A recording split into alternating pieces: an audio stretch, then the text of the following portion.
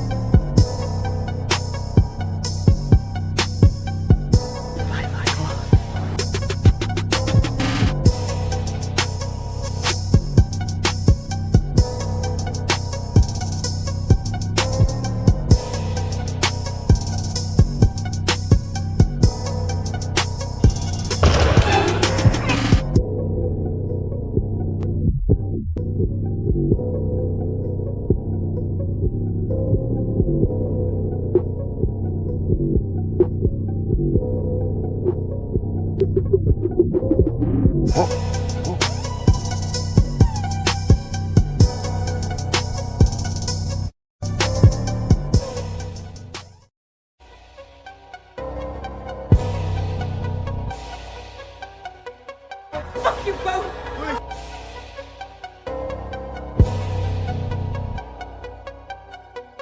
In your dreams.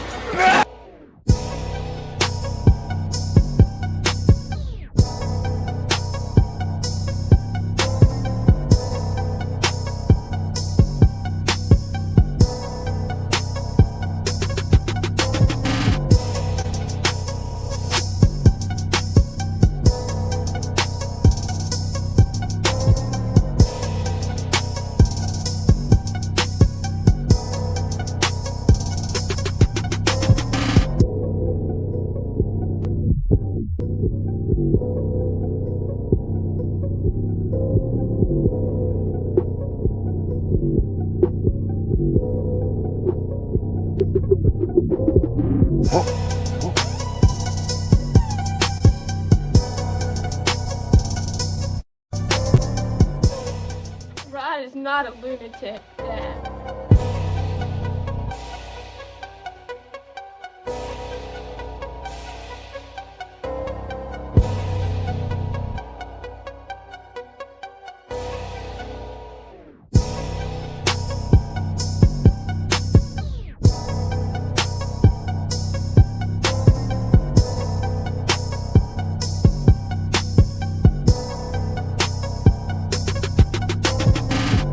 I want my mother and friends again.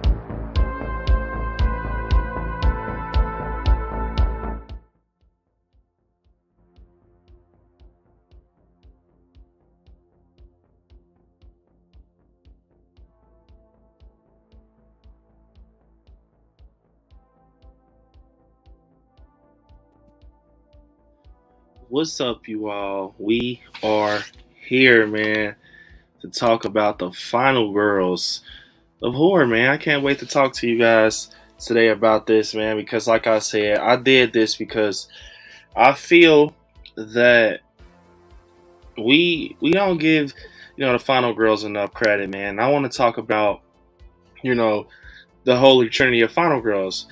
I want to talk about Sydney. I want to talk about Lori, and I want to talk about Nancy, you guys.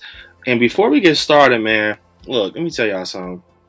So I've been doing polls and trying to hear people out and everything, and it's like a lot of people don't show Nancy, love Heather Langenkamp as a final girl. And I'm here tonight. I'm gonna play devil's advocate.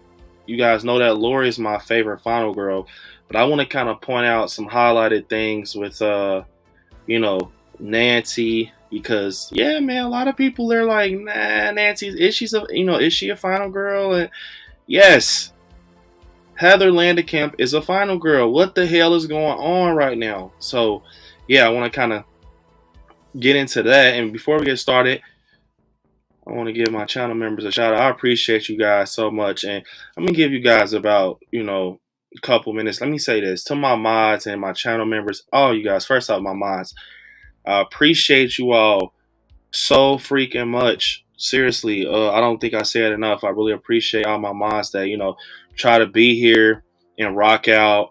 I really appreciate it. Seriously.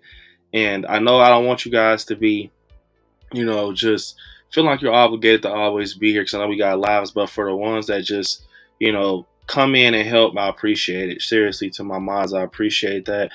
And to my channel members, my patrons, it's not easy being a YouTuber and, doing stuff and, taking hours out your life to provide content and go to these far ass filming locations and conventions. I mean, it's not a lot of content creators. Let me say something. I'm the type of content creator that I'm going to take you to the behind the scenes of, our favorite horror movies.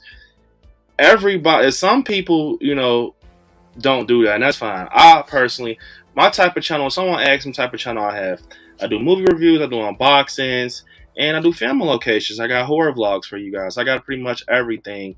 I give you guys, the content I give you guys is the content I would like to see in another channel, like a horror channel that I would enjoy. That's how I look at it. So sometimes I actually watch my own videos. I try to say, I try to sit down and on the couch and be a supporter of my own channel and say, if I came across my channel, would I enjoy this content? That's how I kind of line my channel up. And I want you guys to know, to my channel members, I appreciate you guys so fucking much. Seriously.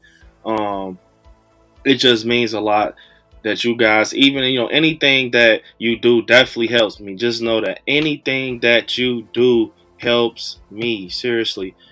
And for my channel members and my patrons, next Wednesday, we will be watching Annabelle Comes Home. We will watch Annabelle Comes Home for a private watch party. I will be doing that watch party at, I think, I'm gonna do 8.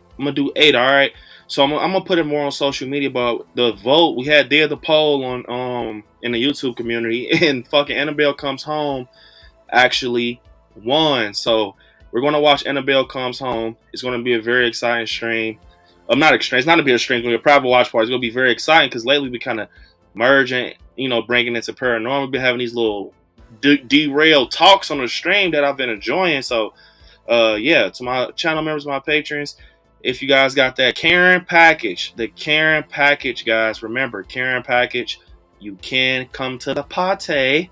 You can come to the party because it's gonna be fun, man. I'm excited to watch it with you all.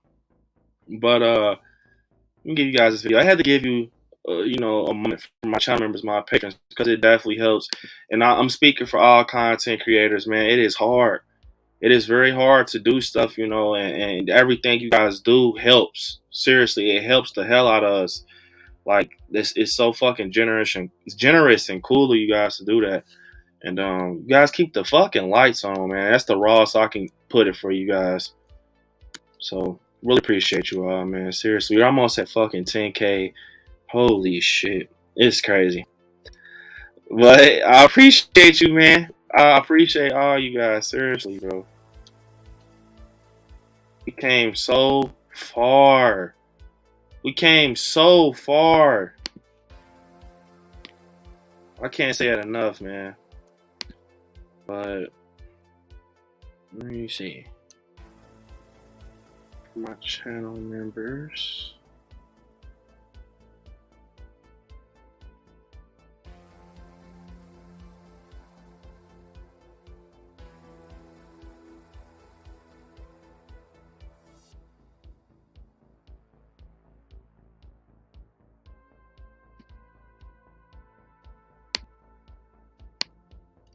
What in the actual hell, man? One sec, guys.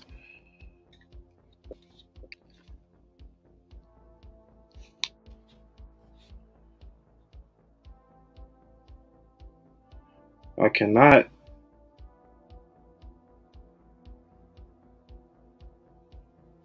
Alright, we good, we good. Good. I'm gonna pull that up for y'all, man. I don't know what the hell is going on, but I got y'all.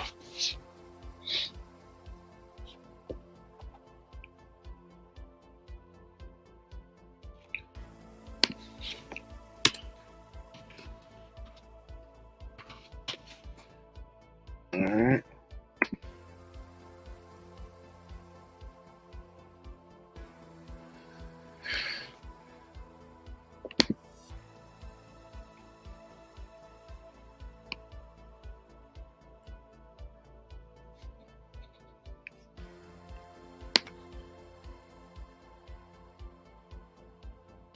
What is up, you all? I'm actually talking to TikTok. Also, guys, you wonder why I was talking to.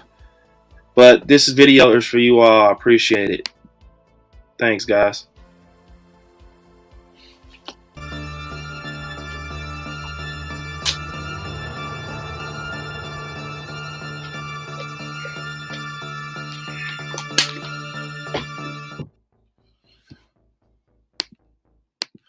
Okay, let's get into the chat and see who's in here, and let's dive deep into this final girl stream, and basically see who's the best, man. Because let my polls tell in the community. I'm not even gonna say it, but we gonna see, man. Let's get into it though. But remember, guys, be kind to everybody in the chat, man. It's only opinions. It's only opinions, man. Go talk performance. We go talk greatest moments. We go talk about it all, man. So, final girls. What's up, my guy Million, man? Million San Bernardi. What's up, bro? What is up, man? Hope you're doing great tonight. Chilling out. Appreciate you coming in. I know you gonna have fun with this stream, man. Me and my guy Million. Bro, debate. I love it, though, man. Give me a challenge. Jalissa said, hey, Brandon. Hey, everyone. Hope everyone had a great day. I can't stay at the moment, but wanted to stop by and like the stream, show my support. Have fun, everyone. I miss you guys. We miss you too, Jalissa, and I hope everything is okay. No need to explain anything to me. Appreciate you stopping in, though. Appreciate it, and we cannot wait to have you back in the stream with us, Jalissa. Let me see. We got Danielle. What's up, Danielle? So I know it's been a while for me on the last stream. Work's been zigzagging on me morning or evening. LOL. It's sorry. I remember you told me, Danielle, when we were playing the last stuff. You were telling me that your job is kind of like, zigzagging and stuff like that. So it's okay. You guys don't have to explain anything to me, man. I definitely understand. Guys, we got 30 likes. If you haven't, definitely smash the like button. Our goal is 60. Jose said, love shorty killer clowns. Yes, man. You gotta love killer clowns, man. Adam telling Jalissa, what's up? Have a great night. Stay scary. Definitely, man. What's up, by the way, Adam? What's up, bro? Adam, sound ready to celebrate the badass final ladies of horror. Hey, I'm actually so excited for this, man. Like I was telling the wife about this, man. I'm excited. I'm excited to talk about these final girls. We talk about the villains all the time. Let's talk about the final girls, man. I feel like us content creators need to shine some light on them a little more, man, because they are just as big as these villains that we love. Danielle said, chances are some of my favorite final girls aren't on the list. You never know. Throw them in the chat, Danielle. Because, look, this is only the beginning of many. We're going to go, that it had a bracket that has Sam, Allison, Jenna Ortega. You never know, Danielle. So, what's up, my guy, Joy? What's up, Joy, man? What's up? Cartman. Hey, everyone, I just woke up. What's up, man? What's up? And we have Judy in the chat. What's up, Judy? Appreciate you rocking out. You've been rocking out with this Judy, man. So happy to have you as a part of the I Like Scary family. Melissa said, "What's up? What's up, Melissa? What is up?" We got my guy MJ saying, "Sup, B? What's up, MJ?" Got my guy DJ. DJ, hey, let me tell you something, DJ, bro. I actually was thinking about you earlier, man. I mean, not earlier, yesterday. So I I actually watched. I was going to DM it to you. I watched Halloween Ends again, man. And I like Halloween Ends, bro. I do. I said I do, but I like it. You know what I mean? I said when we were talking about the verses, I said I like Halloween Ends. I'm like, but man, I like Halloween Ends. I like Corey Cunningham. I like it, bro. It's starting to get that Halloween 3 Asian for me. I love it. It's a great movie, man. I like what they did. It was different, and I'm okay with it. I won't be surprised if it pushed forward in my ranking, man. Yeah, DJ, bro.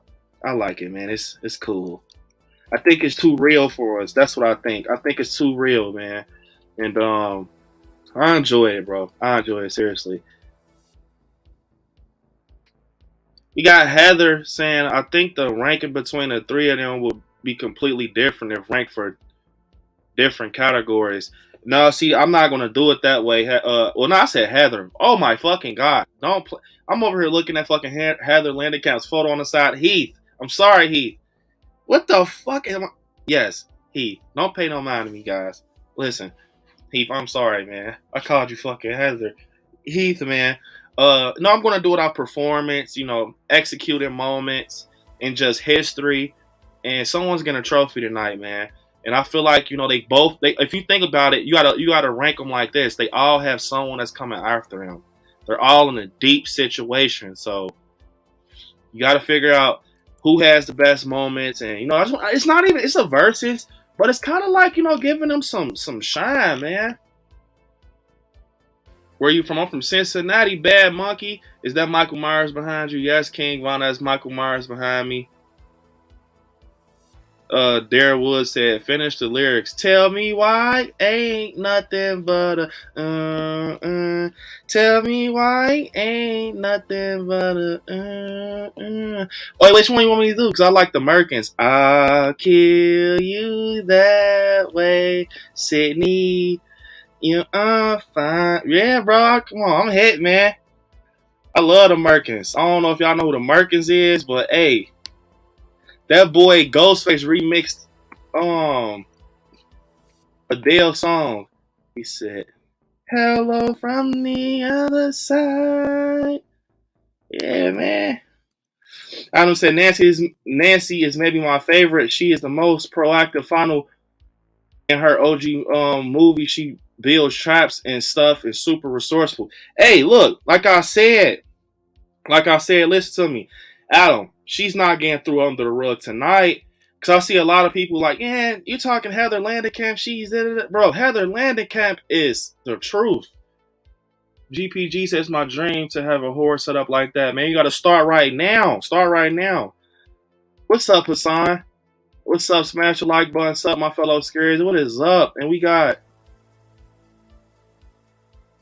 All right, so I'm going to say this is Val. Right? The Spicy General. Val, you changed your name? The Spicy General. What's up, Val? What is up, Val?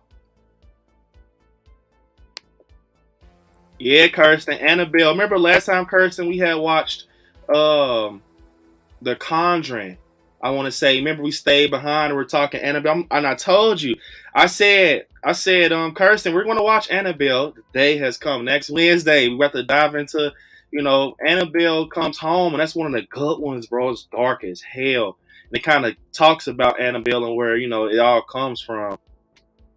Danielle said, my favorite final girls are Mary Beth Dunstan, Danielle Harris from Hatchet, and Yasmin from Frontier. I love Sydney, Nancy, and Lori as my top 5 final girls. It's not wrong with your final girls, Danielle. Seriously, it's not wrong. You got Danielle in there.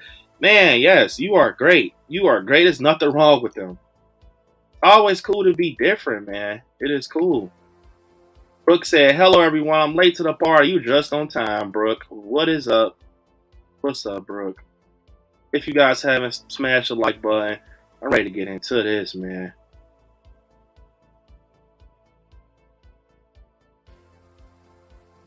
Let me see.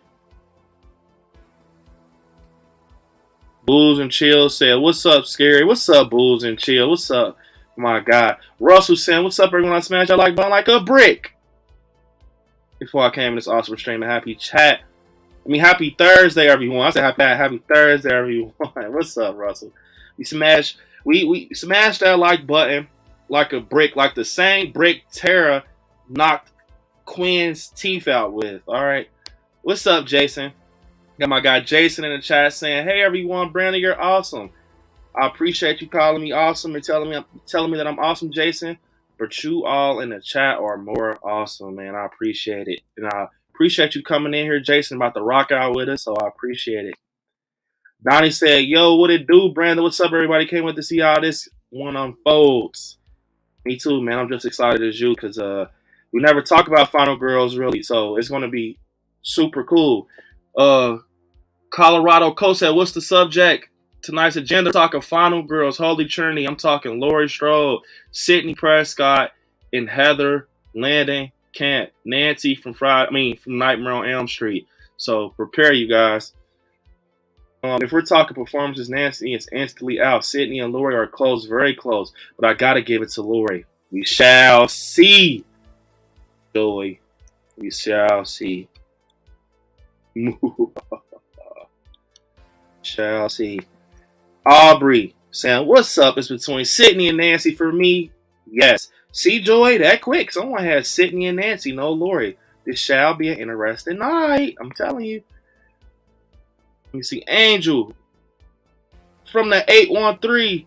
Man, it would be cool to see a video of you doing a rehaul of a Halloween Ends smash. You know what, Angel? I was thinking about doing that in the future. Seriously. Someone actually today asked me the same question: can I do a video? But it's just a long process. So I shall see, man. Maybe we'll get that soon. Appreciate it. Appreciate you throwing that out there, Angel. Little Joy says, "It's a great movie, just to hurt so bad. They missed the mark so slightly. Literally, all they needed was to give Michael 2 more kills." Yep, I agree with Joy, man. I was never hard on Halloween Ends. You know, I just said I was pissed on how it fell, you know, in my lap with Corey. But I actually enjoy it, man. I feel like Alice Hardy from Friday the 13th, Part 1 don't get enough love. So you guys, someone said Alice Hardy from Friday the 13th on TikTok. Like I said, I've got a TikTok family in here too. I know, yeah, a lot of people don't talk about her. I just kind of picked out the Holy Trinity, but I agree. Bad Monkeys Banana said, "Saw you video. Desperately need new vendors." Yeah, Halloween Horror Nights. Yes, I'm on YouTube right now. I see Colorado. So where am I? I'm on YouTube, so I'm gonna put my YouTube in the chat for you guys. I want to get a part of this. Y'all want to be a part of this rumble, man. About to get this going. All right. Let me see. We got Jamie in the chat. What's up, Jamie? What is up, Jamie? What's up? What's up? What's up? Me asking my man to change her heart was definitely realistic, and that's what we ain't like. Michael's old man for real. Corey is young, so that's why he was able to take him down, and Mike was hurt from the brawl. I agree, DJ. He was injured, bro. Boy was aching. Got his ass kicked. Shout out to the Merkins. Yeah, man. Let me see. Jamie said, "Any Friday 2 was my favorite Final Girl. She inspired me to go into psychology.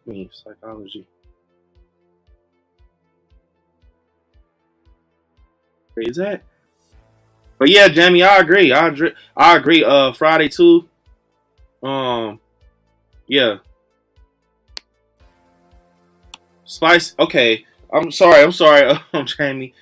I was making sure this was Val. I was gonna say, "Hey, Val, Paige and Val, someone's out here being an imposter.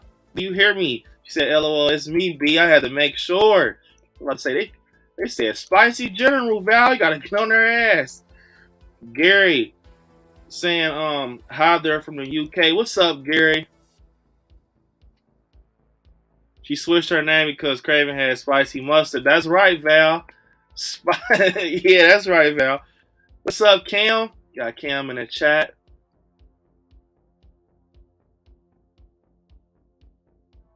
All right. Let's get into it, you guys. Here we go. So, all right. First off, we gonna do it like this. We gonna start off with certain. We gonna kind of go from final girl to final girl. I don't want to kind of, I feel like a lot of times I kind of, when I first start the stream, I kind of sink into the chat. You guys know I love you all. I mean, I can't get to everybody. Tonight might be one of those streams where opinions are in the chat, so be nice to each other. I will be in and out the chat to monitor it. And I got my awesome mods in the chat to help me out. If anyone, we be having a real positive chat lately though, so I think we should be good. Hopefully we should be good. And remember, you guys, just be respectful to one another, man. It's just us chilling out as horror fans. And yeah, remember, if you got something you really, really want me to hear, just push that shit for super chat. I don't care. Man, super chat 15 cents. I don't care. Just make sure it's highlighted so I can see it. But starting off, man, I want to do her justice. Like I told you guys, we're going to kind of go on a roll, and then we're going to kind of just go off of the ball rolling. But let's push with Miss Nancy, you guys, first. I want to push with Nancy, man. Look, let me tell y'all something. When I first watched Nightmare on Elm Street, look, it was my second horror movie I ever seen. So first movie I seen was Halloween 1978. And then, like, besides, like, Halloween, okay, I said it wrong. This was the second franchise I've ever seen, second horror franchise I've ever seen, right? And I actually seen this over a cousin's house. And I remember we were actually on our little pallets with our little popcorn. I remember like it was yesterday. And his mom actually was kind of procrastinating on letting us watch this. And I remember the New Line Cinema box, man. I remember like it was yesterday. It was jacked up. And I remember they put it in. I remember how it starts with the New Line Cinema. And let me tell you something, man. Just Nightmare on Elm Street overall is so fucking underrated. It is so underrated. Nightmare on Elm Street is so underrated as a franchise. And what's so crazy is that Wes Craven brought two franchises to life. Do you hear me? He brought two franchises to life. And I really think that's cool, man. And I know John Carpenter, he's great at what he does. John Carpenter, shout out to John Carpenter. Shout out to Wes Craven. Because, bro, Wes Craven brought him to life, man. That's what I think is crazy. He brought him to life, and they're his. He owns them. Now, one thing I will say about Nancy, Heather Langenkamp, is that she is not as aggressive as Lori. She is not as aggressive as Neve Campbell, as Sidney Prescott. She's not as aggressive. I feel like I don't want to say anything because, like I said, sometimes from where I hear at conventions, some of these celebrities, well, Chris Nelson, watches the channel. I just don't want to say anything wrong or any wording. I really do love Heather Langenkamp, seriously. But I feel like people treat her like the little sister. Like, you know what I'm saying, you guys? Comment down below if you kind of get where I'm going. I feel like people treat Heather Langenkamp like the little sister. I think that it's almost like Laurie Strode is like the big sister. Sidney Prescott is like the middle sister. And it's like Heather Langenkamp is like, I don't know how to explain it. She's like the little sister. She's like the little sister, and I really do think that's where people starting to put her in a bracket. But one thing I will say about, the difference between her, Sydney, and Lori is that now Lori was innocent, in my opinion. Lori was an innocent, person. She was innocent. She was a babysitter. You know, she got just drug into a situation, if that makes sense. You know what I'm saying? But Nancy was innocent too, man. You know, she was innocent. And I really do feel like she had more of a, like, I'm not saying that Laurie Strode and Sidney Prescott, they're not realistic. Bad Monkey said that Laurie wasn't really aggressive until the end of H2O. Well, I'm gonna tell you something. We're gonna get to Laurie, Bad Monkey. We'll get to Laurie. But look, I feel like she is like the softness of the final girls. You know what I'm saying? She was soft. Like, you got these scenes where she's in class and, you know, you see the chick walking the hallway and she's bloody. You see the body bag, all this crazy shit, right? And I feel like the way Nancy took on a lot of stuff in Nightmare on Elm Street, Laurie would have did different. Sydney would have did different. I feel like she really played the role of Nancy Thompson, like as a young girl in high school. And I'm not saying Laurie didn't, but I feel like Nancy had palettes. She had levels of her getting to, like, I'm tired of this shit. You know, you gotta think, Michael Myers and Freddy Krueger, Ghostface, they're all different volumes of villain. You know, fucking Freddy Krueger, he's coming to your dreams. You don't know real from fake. You know, you sometimes you set your damn self on fire fucking with Freddy Krueger. You know what I'm saying? Michael Myers is a soulless being, bro. He's Michael fucking Myers. Ghostface is everybody in the chat. So Sydney can be balling up little bitty Amber or little bitty Jill. You know what I'm saying? So it is different in certain aspects, but I want to talk more about how they execute things and how they play things out in these deep ass moments through the whole franchise. So with Nancy, like I said, I feel like she's very soft. She's not as aggressive as Laurie, but one thing I will say that Nancy did, seriously, and a lot of people don't say this, Nancy actually put together fucking booby traps. And the first Nightmare on Elm Street, she said, "Fuck this. She home alone that shit." You hear me? I didn't see Sidney Prescott do that. I didn't see Laurie Strode do that. I saw Nancy do that. So she obviously had, you know, she has some brains. You know, I feel like Nancy is one of those final girls that has brains. I feel like Sydney is one of those final girls that kind of reacts off tight situations. And Laurie, she's a warrior. You know, that, like, Laurie is a warrior, bro. Like, she gets knocked down and she gets right back the fuck up.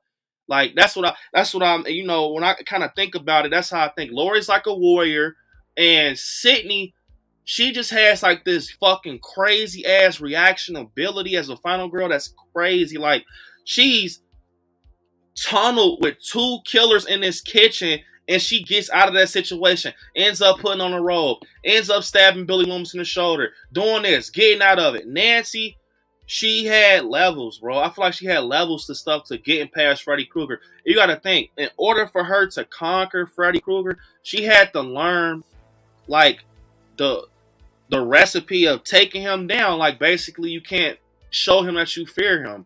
You know what I'm saying? So I feel like hers was kind of, you know, worse. She's dealing with some shit that possibly is not even real, but also is real. So it's like she has the, you know, the best of both worlds. You know what I'm saying? She has the best of both worlds. Like, I'm not saying Freddy Krueger's, you know, like he's nothing, because the motherfucker is definitely something. Freddy Krueger is Freddy Krueger. Like, I always said that growing up.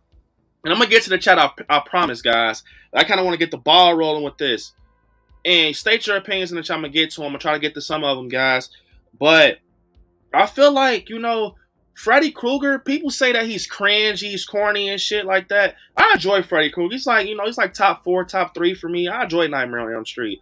But it's like the whole thing with Freddy Krueger, like, okay, he's in your dreams, and you got, you know, if you fear him and you believe in it and all that shit, he comes to you and everything. I really do think that's crazy when you think about it, because you don't know if you're woke. It was people burning themselves, bro. If you guys remember Nightmare on Elm Street, people were burning themselves to, you know, wake up.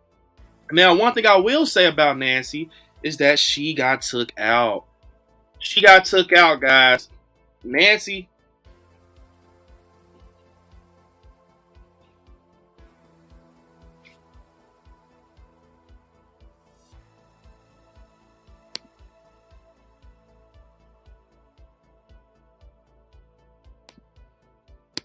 Well, I thought Freddy Krueger was in my damn house. That's the wife coming in. But what I was gonna say, yeah, Nancy got killed. Was that Dream Warrior? She got took out, man. That's the downfall for me. I don't know if it was the writing. She got took out a little early. She didn't put up a fight really. That's why I said it was like Nancy was the brains, bro. Like she was smart as hell. You got to think. Nancy found out what the hell to do to Freddy in the beginning, in the first film. She found out at the end that, I take everything back I said to you. It doesn't matter. Lori and Sydney, they didn't know shit. They was just like, bro, what the, like, you know what I'm saying? Especially Lori, she just knew I'm dealing. Was it the, was it the boogeyman and everything like that? They were still trying to figure shit out, But meanwhile, Sydney Prescott, she's getting Ghostface after Ghostface after Ghostface. So, hold up. Okay, so you guys, I want to highlight this. So we got a new supporter. Actually, Brooke is from TikTok, you guys. She's been rocking. I've been going live on TikTok. But I told Brooke when she comes over here, once I see her, and I'm going to highlight it. So you all, we have a new member of the I Like Scary family. So we have two Brooks.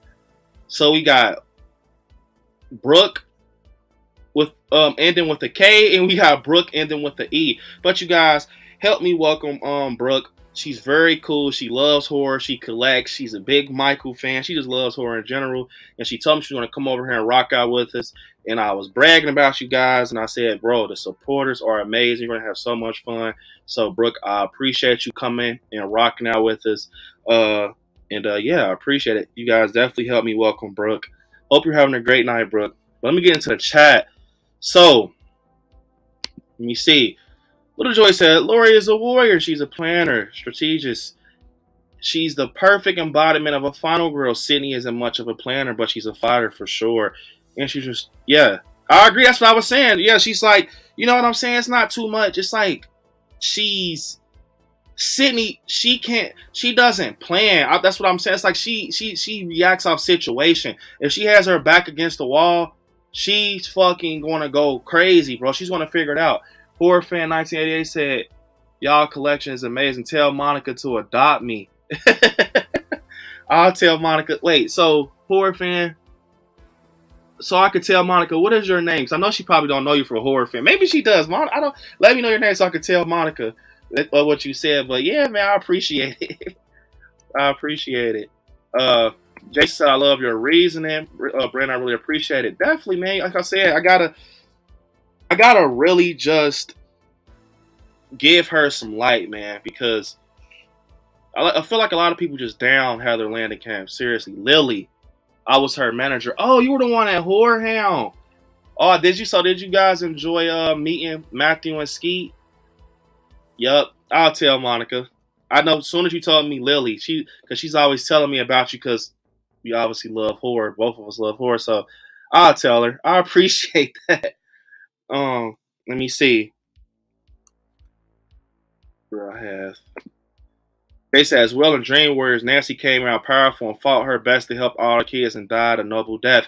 I agree with that. I really agree. I agree that what Jason said, she tried to fight to the end to kind of make the kids survive in Dream Warriors and push forward. She damn near sacrificed herself. So that's something powerful to do. That's something powerful to do. I just feel like she gets treated like the little sister, and she definitely does great at what she did at the Nightmare series, especially with Wes Craven's new Nightmare. I love that Nancy. Now I don't know if you guys like that Nancy, but yeah, I really do love that Nancy. So let me see. I got Donnie said, I feel like the villains that came after them kind of reflects their attitudes or natures. Michael is so persistent. It made Lori act aggressive too. Freddy's like to play around. Nancy's a little naive. So think about. I love what Donnie just said, and the reason I like what Donnie says because that's true. Michael's very aggressive, and Freddie's a jokester. He plays around. But one thing I will say, well, Lily said, they was amazing. Yeah, man. Matthew and Skeet is super cool. They're super cool, man. I can't wait for the one in Indiana. I cannot wait for the one in Indiana. But yeah, I really do feel like what you said, Donnie, is true because Michael is aggressive. Freddy Krueger plays around, doing jokes and shit. I wish Michael would cut his fingers off and liquid and shit comes out his fingers, bro. Michael's not about to do none of that. He's getting straight to the point. But I do agree what you just said, Donnie. But one thing I do want to say is that, look, do you think that Lori can hang in a Nancy situation? I want everyone to comment that. Matter of fact, Lori and Sydney, do you guys think that Lori and Sydney could survive a Freddy Krueger situation? Do you guys think that? What's up, Dr. Nightmare? We got Kales Williams saying Nancy had to use her mind versus weapons. Yup, that's what I said. It's like Nancy, she more was brain. She put together booby traps. It's like, what the hell? She put together booby traps. And I didn't see not too many people do that, especially not Lori or Sydney. I mean, Lori did it in 2018, but I'm talking, look, Heather Landekamp was using wire and shit out the house that she had. Like, she wasn't going out the hardware stores and stuff like that. She wasn't doing shit like that. She got shit out the bottom of the cabinets and stuff like that. Lori, meanwhile, has gates on her house. She has torches hooked up to certain things for when Michael gets caged. So Lori put together booby traps, but she didn't go full blown. Just I'm wrapping every Dollar Tree booby traps. That's what I feel like Nancy did. She put together Dollar Tree booby traps, and they worked. She did some Home Alone Kevin McAllister stuff, and it worked. So I agree with what you said, Kels. Let me see. There's a lot of you all in the chat. I'm trying my best. I swear I am. Let me see. I love what Jamie said too. Jamie said Heather Landekamp is a sweetheart of horror. Perfectly said. I feel like she's very soft, and yeah, I think she's not. I get a tomboy vibe, like not a tomboy vibe. I don't want to say tomboy, but that's a tough one. Lori, maybe, but Sydney is too emotional. Yeah, I agree. That's one thing. So, like I said, you guys, I'm monitoring two chats, YouTube and TikTok. So Lily actually said that it's tough because Lori maybe, but Sydney is too emotional. Basically, that's very true because Lori's emotional, but Sydney's always like chanting shit, like going like what she's been through, and like in moments we don't need to hear that shit. She's like, yeah, she's screaming and crying and just boo-hooing. Lori does it too, but Lori, when she does it, she's kicking ass. You know what I'm saying? She's kicking ass and taking names. I feel like Sydney will do it and just stand there sometimes. But we're going to get into Sydney right now. We're kind of getting Heather Landekamp involved so it can be a good conversation. But, man, shout out to the ones in the chat rocking out. And for the ones that is on this in TikTok, if you want to be more in depth and see what YouTube is talking about, come to chat over here too, because it's looking like it's a party in the chat. I'm not going to lie, it's a lot of you all. So I appreciate it. And if you haven't, let me see where we at on the likes. And I'll check again later in the stream. We're at 40. So the goal is 60, man. We're only 20 away, man. You guys are killing it. Let me see.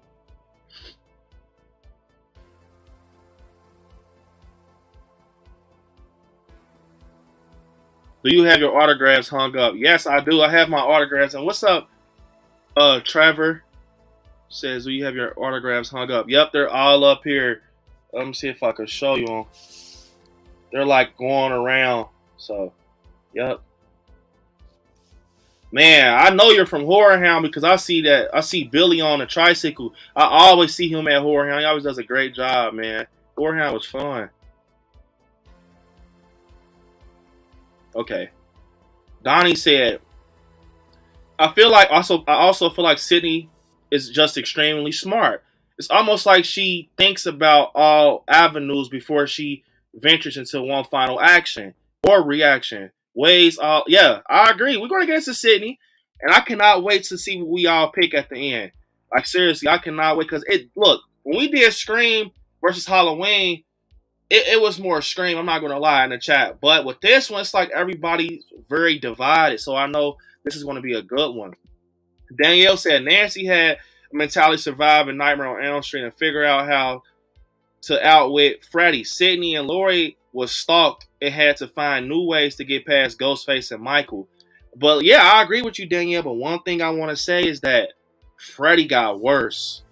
He got worse, once we got to Freddy's Dead and Dream Warriors. It's like almost like he got more powerful, or maybe it was just the writing for Nightmare on Elm Street, but it was like he was starting to get more harder to cope with when it came with Nancy and, Dream Warriors and stuff like that. And one thing I will say, Ghostface and Michael, Danielle, it's more like they're like human for real. Freddy is like, I'm not going to say he's an essence, but if you're not out, if you're not dreaming, you can kick ass. I'm going to tell you that. That's one thing I don't like about Freddy. Well, which Nightmare on Elm Street was that when they had grabbed him or some shit? They had someone had him in a chokehold, bear hugging him, and then he came, into reality. I remember, was that Freddy's Dead when his daughter kicked his ass? That's when I knew Freddy. When his daughter kicked his ass, I'm like, oh yeah. Y'all talk about Halloween ends. Freddy got his ass kicked. Thank you guys for welcoming Brooke, man. She awesome, man. Thanks, everyone. Glad to be here. Definitely, Brooke. I appreciate you rocking with us. Hell yeah. Father Death, love the name, man. Wish I had a Father Death costume. Said, love your channel, man. I appreciate all the love and support, man. Seriously. Appreciate it. Brooke also saying, thank you for TikTok. I found you in your community. Definitely, man. A lot of you guys found me from TikTok, man. So I'm trying to show my TikTok family some love. So you guys definitely get in on the conversation. Lily said Freddy vs. Jason is when they bear hugged him, I think, but I could be wrong, but I'm probably wrong. I want to know that. So Lily said she thinks it's Freddy vs. Jason when he gets bear hugged and he comes in. Because that's when I knew, oh, this motherfucker right here, bro.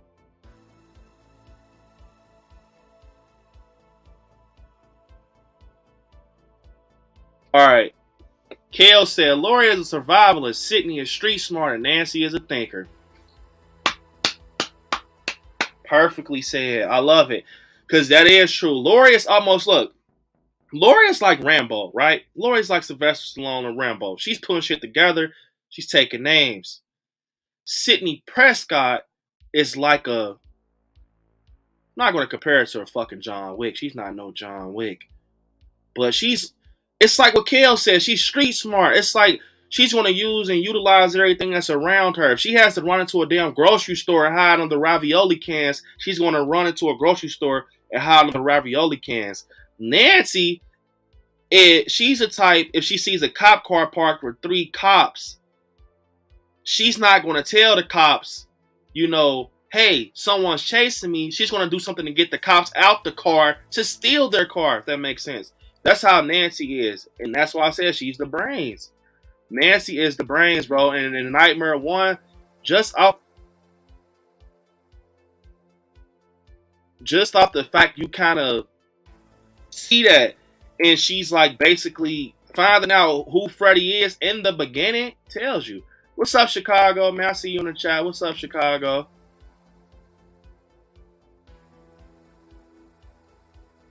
Kirsten says, I feel like Laurie could probably survive that more than see it. I don't know why. I just feel it, LOL. Kirsten, let me tell you something. I agree. If Sydney, I agree with Kirsten for many reasons, because if Sydney was in a Freddy Krueger situation, which I would love to see that type of crossover, and you can do it because of Wes Craven, it's both of his properties, whatever you want to call it. But if Sydney was in a Freddy Krueger situation, I feel like Sydney, okay, if you guys can remember, I know it's not too many people out there that loves Nightmare on Elm Street due to Freddy being funny and comedic and stuff, but I like it. So one thing I want to say is this.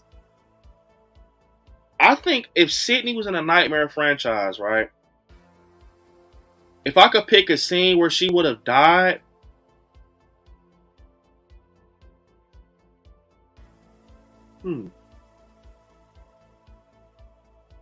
I think Sydney would have died with the glue steps. I don't know why. Remember the scene in Nightmare on Elm Street where Sydney was, where Nancy is running up the stairs. She's running up the stairs in Nightmare on Elm Street, and the steps are like almost like glue, like clay. I think Sydney would have got took out in there. The reason why is because what Lily said on TikTok. She's too emotional, bro. Like, you can be emotional after you kick ass. It's no reason for you to be emotional while you're in a tight situation. You know what I'm saying? But one thing I will say, she does got great reaction. She know how to get out of the tight steps. She knows how to get out of, not tight steps, tight situations. But I do feel that Sydney would have got took out with the glue steps. I don't know why. I feel like she... Come on, God damn it, Gail, help me. Like, she's too, like, much like that. You see how Nancy she just kept that shit chopping. Like, bro, I gotta keep my legs moving. She got out of it. Brains. Sydney, she's too emotional. So she would have been, oh my God, like, almost like claustrophobic. You know what I'm saying? So I really do feel that she would have died in that scene. Lori, let me tell you what Lori probably would have did. Lori would have been stuck for a minute. But this is the thing with Lori. One thing that I learned about Laurie Strode, just, her being my favorite final girl and kind of watching her elevate through these films, is that Lori will let you punch her in the face long as you let her punch you back and take a tooth. If that makes sense. Think about all the scenes you seen Lori in Halloween. Like, you got to listen to what I just said. Lori will let you punch her in the face long as you let her take a tooth. And the reason I say that is because a lot of the times, Lori lets Michael grab her up. She lets Michael do things to her because she's going to hit his ass back harder. That's one thing I've seen with Laurie Strode. Like, if you look, even in 78, he stabs her. She falls off the banister, right? She falls off the banister. She gets up. She goes into the closet. She gets the hanger. She pokes him. She will let you do things, even like in 2018 when... Okay, we're in 2018, Michael pulls her through the door. He's banging her head. Yeah, you can bang my head, but I got this fucking shotgun right here. I'm going to take 2 fingers from you. You know what I'm saying? I peeped that. Lori, she's not afraid to get hit, and that's what I think makes her powerful. I think that's what makes her powerful, like, as a final girl, is because she's not afraid to get hit. She's not afraid to get bit, sliced, stabbed, or nothing. And one thing I want to say with Sydney is... She's street smart. She's gonna hide in closets. I mean, Lori hid in the closet in 78, but she's gonna hide in closets.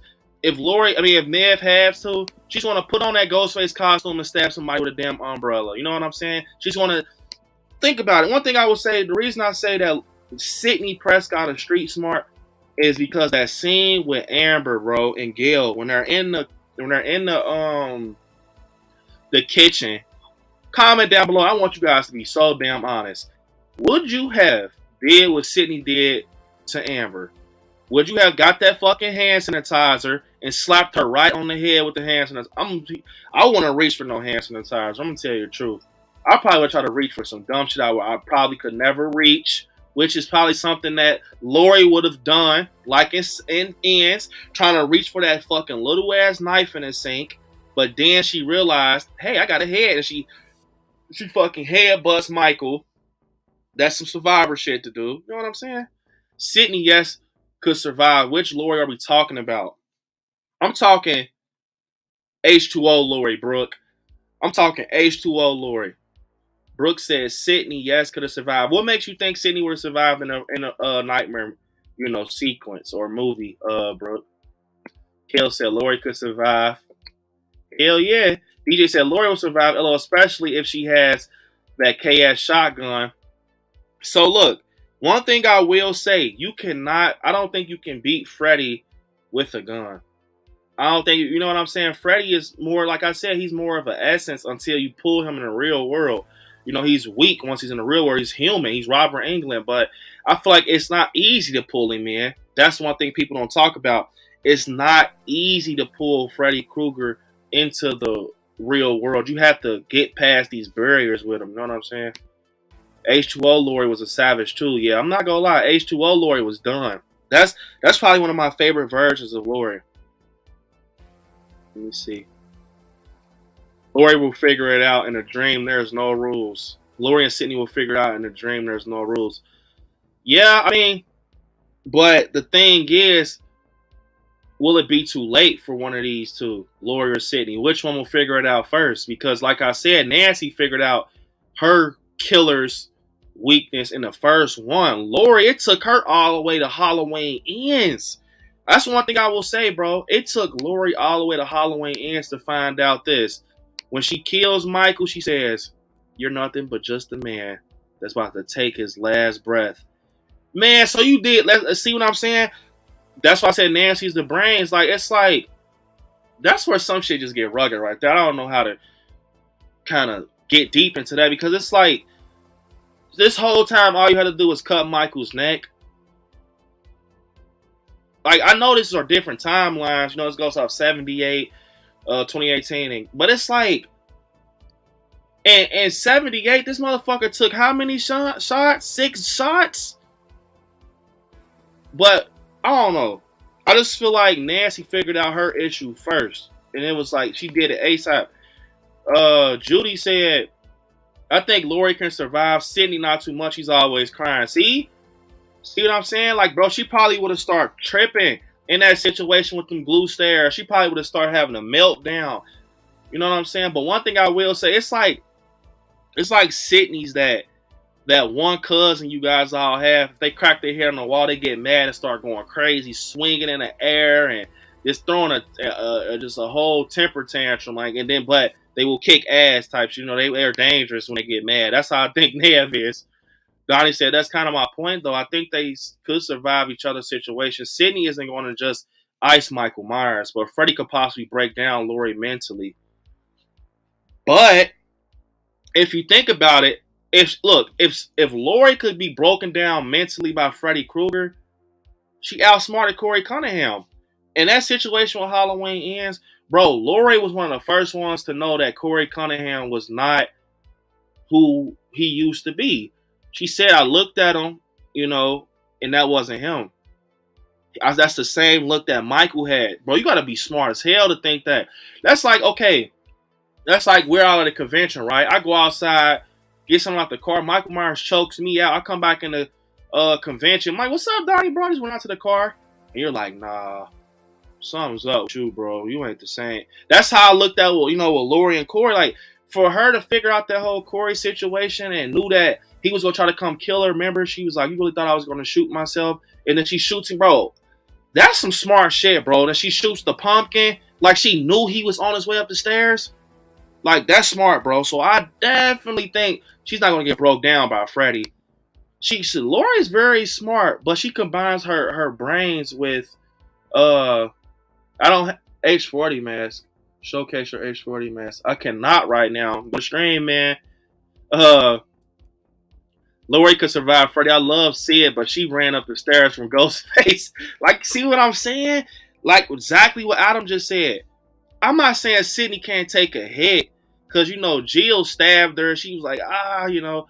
But Lori takes hits. Lori has a big-ass head. Like, not literally, but she's going to take a hit. She's going to take some hits and get up. And I feel like Lori is the type, if I have to die for this shit, I'm going to die, bro. And she kept saying that.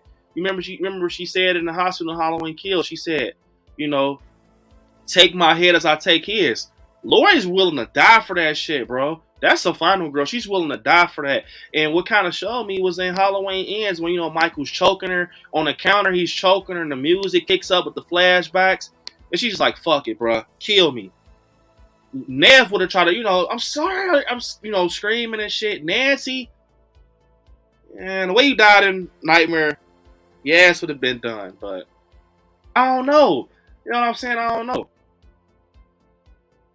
Big debate, bro. It's big debate. Danielle says Sydney's trauma and pain can be clearly seen in her emotions when she's fighting back. I'm on YouTube right now. CJ. There's a channel on the chat. I'm on YouTube, man. Appreciate it. Let me see. Sydney's trauma and pain be clearly seen in her emotions when she's fighting back. Lori uses her hurt and anger at the same time when she fights back. Yeah, but sometimes, you know, using like anger when you're fighting in a real situation, like, okay, you gotta think Michael doesn't give a fuck about what Lori's going through. He doesn't care. He didn't even care about Lori. And bro, people always forget that Michael was not looking for Lori in the recent trilogy. The doctor brought them together.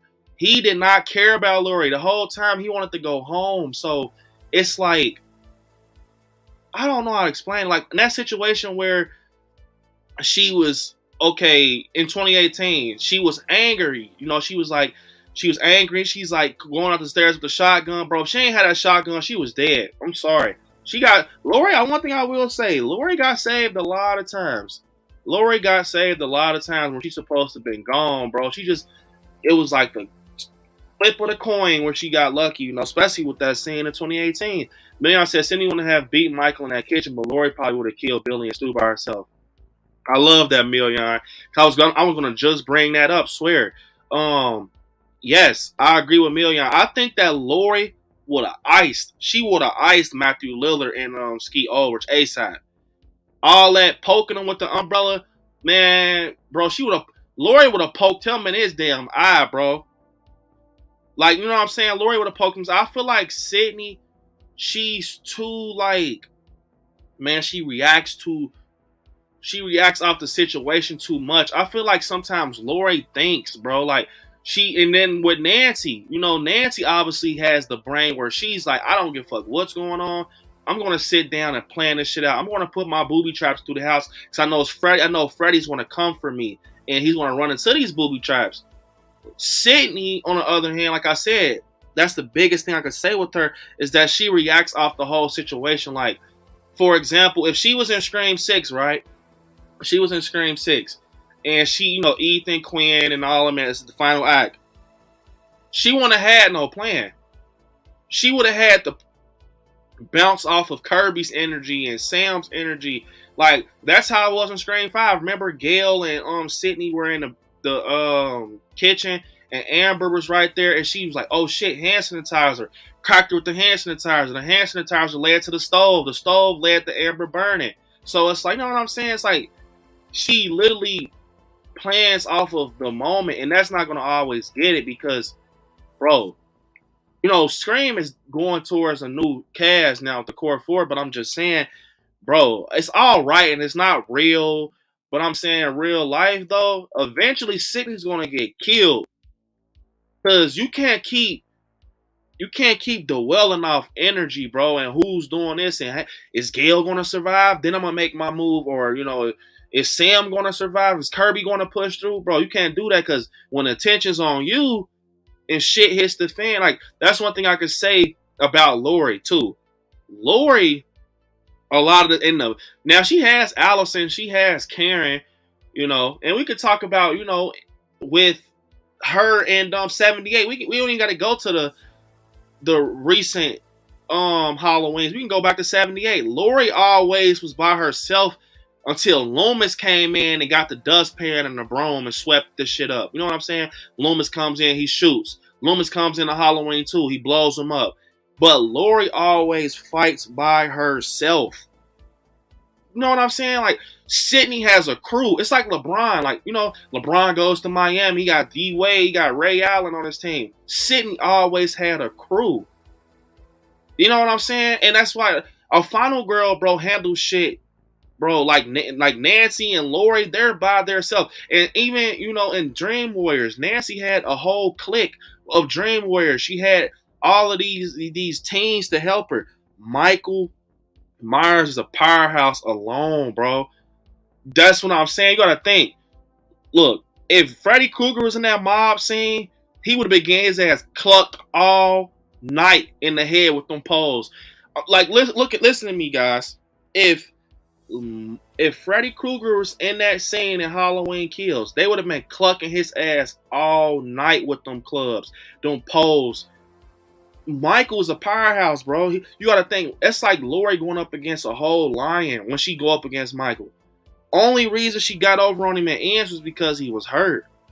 You gotta think. I'm gonna tell you, I promise you all. I'm gonna tell you something with Sydney. If Lori would have went up against a Michael that was in Kills, it would have been over, bro. I'm gonna say that. it would have been over. She would have been dead. She got lucky, bro. He could barely stand up, you know. So it was like you really got lucky. You really got lucky because you got to think, man. He was strangling her ass in '78, and that was little Michael. He's skinny as hell.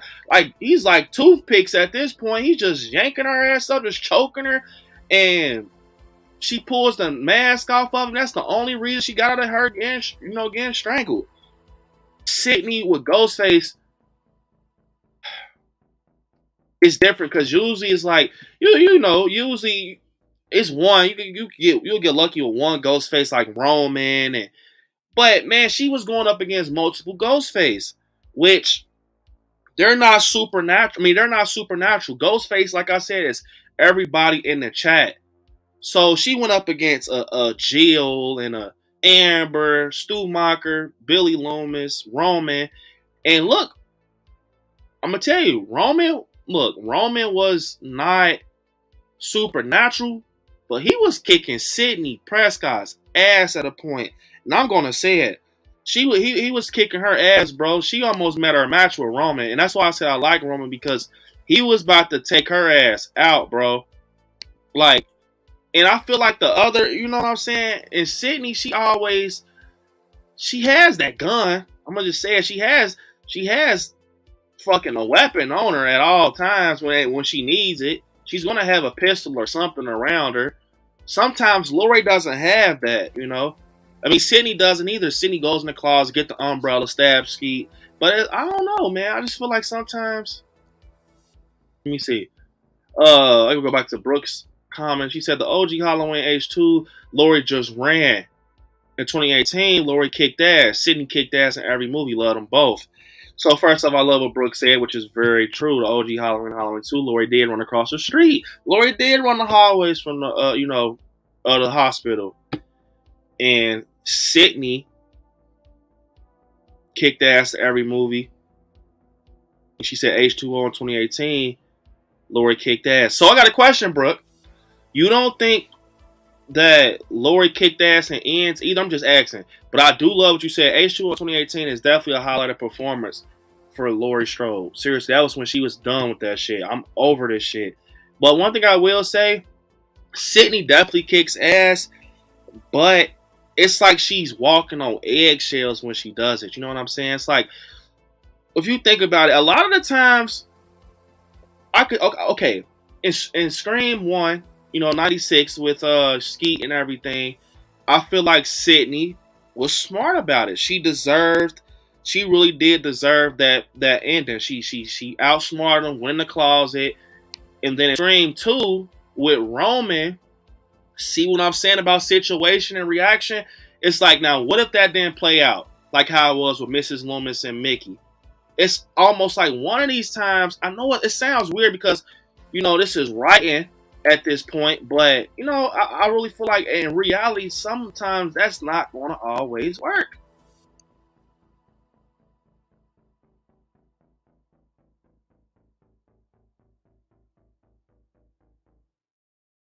Let me see. What's up, Travis? And I think you took a pic together last weekend. I was in your YouTube thumbnail. Meeting you. Hope you had a good time. Could you show us your autographs when you have time? Oh, definitely, Trevor. Yeah. Well, when I got time. Yeah, man. I did take you. Were my thumbnail for Horror Hound, man. You gotta. Yeah, I was like, bro. See Ghostface. You had the robe on and everything. Hell yeah, man. So, yeah, and I get time, man. I'll definitely show you some autographs. Thank you guys for helping me welcome Brooke. There are too many versions of Lori. Which timeline are we choosing? Look, Brooke, we gonna go with 2018, the trilogy Lori, and we gonna go with H2O Lori in 78.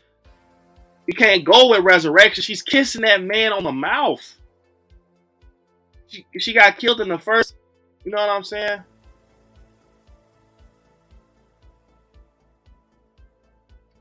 Little Joy said, well, Brooke, Lori was a teenager with no skills and guns and fighting in 78. H2 is fighting a supernatural being who any normal person would have died or wouldn't have got up after Lori's attack, which I do love what Joy said because that is true. And Sydney, also, I'm not going to lie, play devil's advocate. Sydney also didn't have any experience. She just picked up the gun and went with the situation. Lori didn't have a gun in '78, but okay, Lori. If you think about it seriously, though, hold up. All right, Lori actually never used the gun until Halloween 2. Now, when I think about it, Lori never used the. Oh, yes, she did. What the fuck am I talking about? She used it in 2018, so I scratched that. But, she uses her hand so damn much, you won't even think she uses a gun. Lily said Gail would have snuck the gun and threw them off the Sydney, wouldn't have been able to hide. Yeah, I agree. Lily said that. Someone from TikTok said if Gail wouldn't have snuck the gun and threw him off to Sydney, yeah, she wouldn't have been able to hide. That is true. And a lot of times, sad to say, Gail saves Sydney asses a lot of times. I agree. He said no one's like John Wick. Facts. Kirsten said 2018 Lori is a badass with her chops. I'm not gonna lie. 2018, I'm gonna agree with Kirsten. 2018 Lori. We're about to talk about performance next, you guys.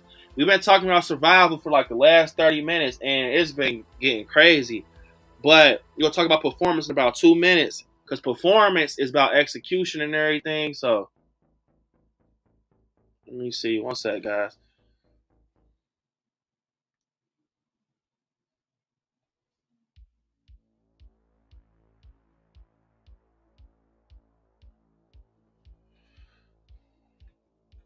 Hold up. One sec, guys. But I really love what Kirsten said. And that's what kind of showed me that. You got to think, Lori she was old, bro, in the trilogy. She was still rocking out that 357. She was still putting booby traps in the house. And then, look, it's not like Lori survives off booby traps. Bro, when her and Michael, did you guys forget when her and Michael was upstairs fighting it out? Bro, she was hanging with him. I mean, he did throw her ass off the balcony, but she was hanging with him, though. And that's the one thing I like about Lori. When Michael, when he grabs her, she literally bites his hand, bro. That's some survival shit to do. I can't remember. I can't remember if Sydney ever bit someone. I think she did, but Lori bit the wound where his finger. She knew that was gonna hurt Michael. So it's like, man, I'm in a tight situation, boy. I'm about to bite his ass. Like, Sydney just had plot armor. Her character is static after the arrest. Yeah, I'm not gonna lie, man. Sydney is great. I think people look. Let me tell y'all something. I think people like Sydney off of how she ends the situation. Shoot him in the head. You got to shoot the kill. And Sydney's my second favorite final girl. I'm not taking nothing from her, but I think it's like more of her catch for her lines. She said like, y'all got to shoot him in the head. And I feel like she doesn't, like, if you think about it, who does she go up against, bro? Sydney, bro, I don't care. Ski and Matthew were dumb, man. Like, I love Stumacher, but I'm saying, like, not dumb, but they act like little kids. Let me make sure I'm getting to. Yeah, I accidentally wipe my finger on this.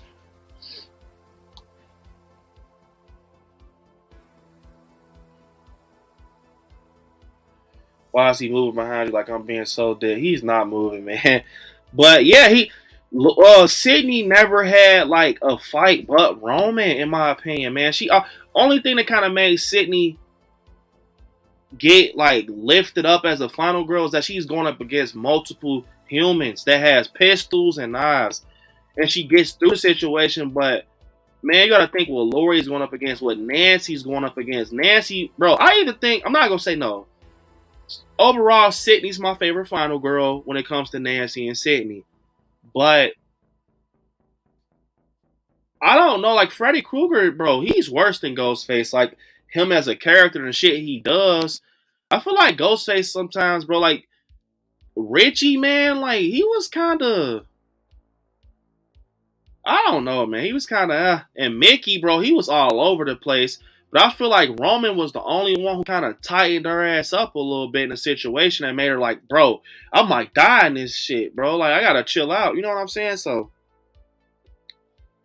Cam said Lori 2018 Lori shooting Michael fingers off was so brutal. You gotta think in that situation, that's some crazy shit to do. She one-handed the shotgun. She one-handed that shit. She's like, hey bro, fuck this, man. I gotta do something. I gotta figure something out. She gets the shotgun, blows his digits off, man. Glue steps. Yup. Let me see. Got a lot of people in chat. If you haven't, you guys definitely stab the like button. Cam said Lori would have been stabbed or shot. Yeah, Lori would have been shot or stabbed her. Yeah, I'm not gonna lie. I feel like Lori, she's not afraid. I feel like Sydney, who's your favorite horror movie slasher? It is Michael Myers. It is Michael Myers. My favorite horror movie slasher is this guy back here. But yeah, I feel like Lori in certain situations, she's willing to die for that shit. Sydney is not. I don't think Sydney is, bro. If it comes down to it, she's gonna have to save herself. Lori, you seen it Halloween End, she's willing to let you choke her out. Like, kill me, man. I would do the same thing as Sydney did in the Amber. Brooke said H2O Lori would have definitely survived them. Yeah, H2O Lori was definitely off the chain, man. I'm not gonna lie. But one thing I will say though, I love Sydney in Scream too. Like, I love the way she handled Mickey, man. I like Sydney Prescott. I just feel like she has help a lot. She has help a lot. Lori, like she had help in 2018. You can't count Loomis, but that motherfucker always arrives to the party late for real. I mean, he did in H2, but you know what I'm saying? He says Sydney would have sucked it. Wait, would Sydney have sucked face with Freddy if she? Oh my god. Sydney could definitely be H2O's Michael. Lori trashed him in a flawless victory. Yeah, I'm not gonna lie. I think Sydney. Hey, look, comment down below, you guys. Do you all think Sydney can hang with Michael Myers?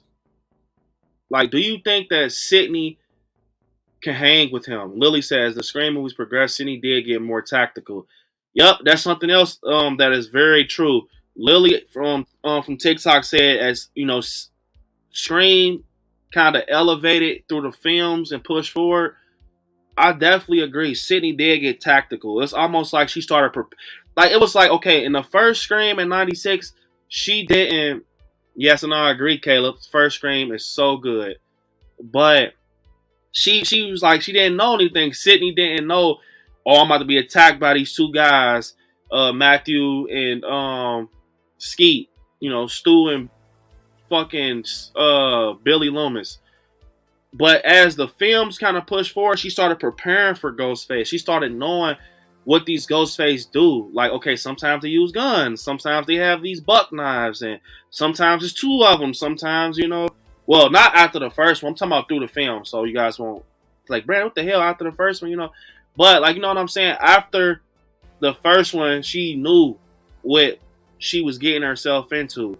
You know, like, okay, these Ghostface are fucking sometimes come in duos, and then in Scream 6 they started pushing, like, he's damn near like it's three of them. So I really do feel like that Sydney definitely got tactical. She started learning like survival. She started figuring out where should she go from here, and it started working for her. But one thing I will say is when she met Roman in Scream 3, he was a different type of Ghostface. He faked his death, which Billy did too, but when he faked his death and we found out that he was Ghostface, he was more aggressive. I don't know what it was with Roman in Scream 3, but he was more aggressive, bro. Like, he was willing to kill her. Like, he had it out for her, man. Like, it was, his motive was hurt. I feel like his motive was pain. Like, he's like, bro, I'm going to kill you. I feel like Stu and Billy, their motives was like, yeah. And, you know, the others, Mickey, and there were some people who were doing that shit for weak ass motives or just for fun. But when she actually got a person that had a motive against her, you know, like Jill was another one. Think about it. Jill actually had a motive against Sydney. So it was more like she was willing to kill her. But I don't know, man. I feel like it's different vibes to these final girls. Russell said Sydney Prescott won't survive Freddie because Freddie gets in her dreams. It's over for her. I think Lori will go Rambo on Freddie though. Yeah, I think Lori would outsmart Freddie. I think she would. But I also, a part of me also thinks that Sydney could play out certain parts with Freddie. But I don't know. Just I'm still gonna be an actor at home because it's more fun to do it in real life. If I know you're trying to pursue that career, man, keep pushing, Joseph, man. You got this, man. Keep pushing. If you guys haven't, definitely smash the like button. Let me see. Danielle said, I think Sydney could survive Freddie as long as she can get past Freddie using her mother in her nightmare, considering she missed her mother so bad in Scream. I'm not gonna lie though, the way she was in Scream 3, remember they showed Sydney's mother in Scream 3? She was folding, Danielle. She was folding. And think about it like this. Nancy never, like, she folded in Dream Warriors. So think of it like this though. If Nancy folded in Dream Warriors due to her thinking that was her dad, whole time it was Freddie, she dies. Imagine Sydney, she sees her mom, and Freddie kind of portrays that to her. I don't know if Sydney's smart enough to not know. And comment down below, you guys think that she's smart enough to know that her mom, you know what I'm saying? What if Freddie put her mom in front of her, Sydney's mom? I think Sydney will bite. I think she'll bite and die, bro. I'm sorry to say it. Now that Danielle said, I think she'll die. I think she's not going to be smart enough to know, hey, this is not my mom.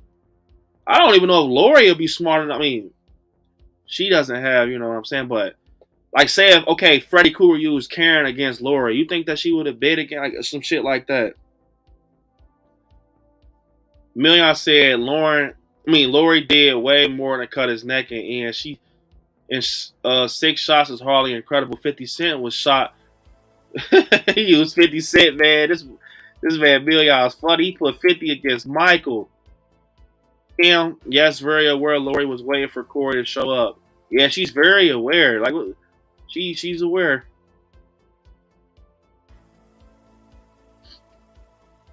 Lori jammed the knife right in center mass in Michael's chest. He sat right back up in 78. Little ass knitting needle to the neck knocked him out for 2 minutes. What we talking about? Yeah, I'm not gonna lie.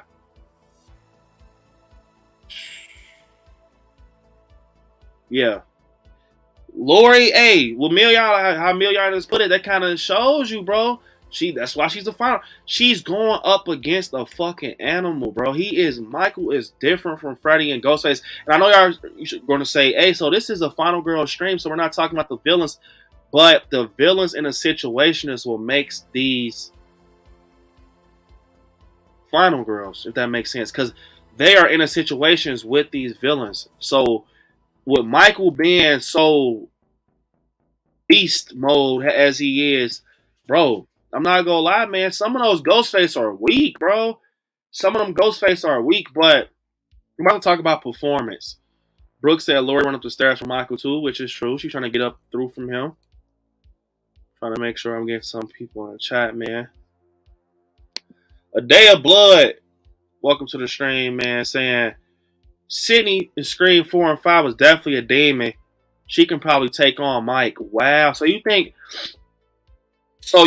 that Scream 4 Sydney could take on a Michael Myers? What makes you say that, A Day of Blood? I'm gonna tell you this, man.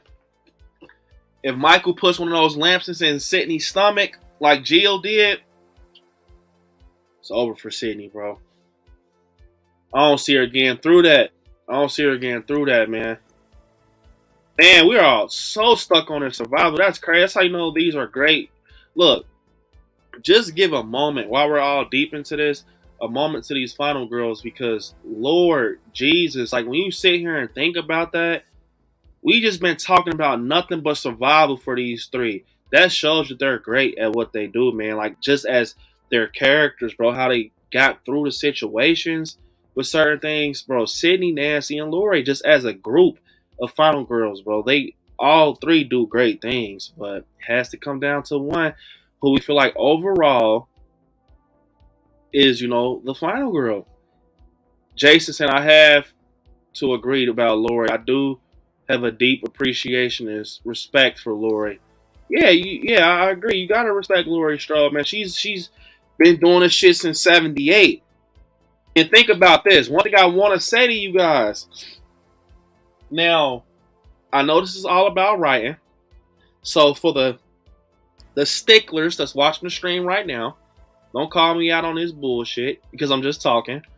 But in Scream 6, we see that Sidney Prescott is taking the kids and she's going to hide. In writing, we was talking about writing and directing, Lori wanted to took the kids and went to hide. You would have seen Lori pull up in her old ass F-150 with a shotgun and ready to fight. Lori had staples in her stomach, bro, in Halloween Kills. She heard that her daughter died, and she said on the phone, I'm coming for you, Michael. Dropped everything. Stomach fucking stitches, staples. No, she had stitches. She had staples. Staples ripped out or whatever. And she gets up and she's approaching Michael. She leaves out the hospital. Well, she's not approaching him, it ends at 4-year time jump, but she's willing to go after him right there.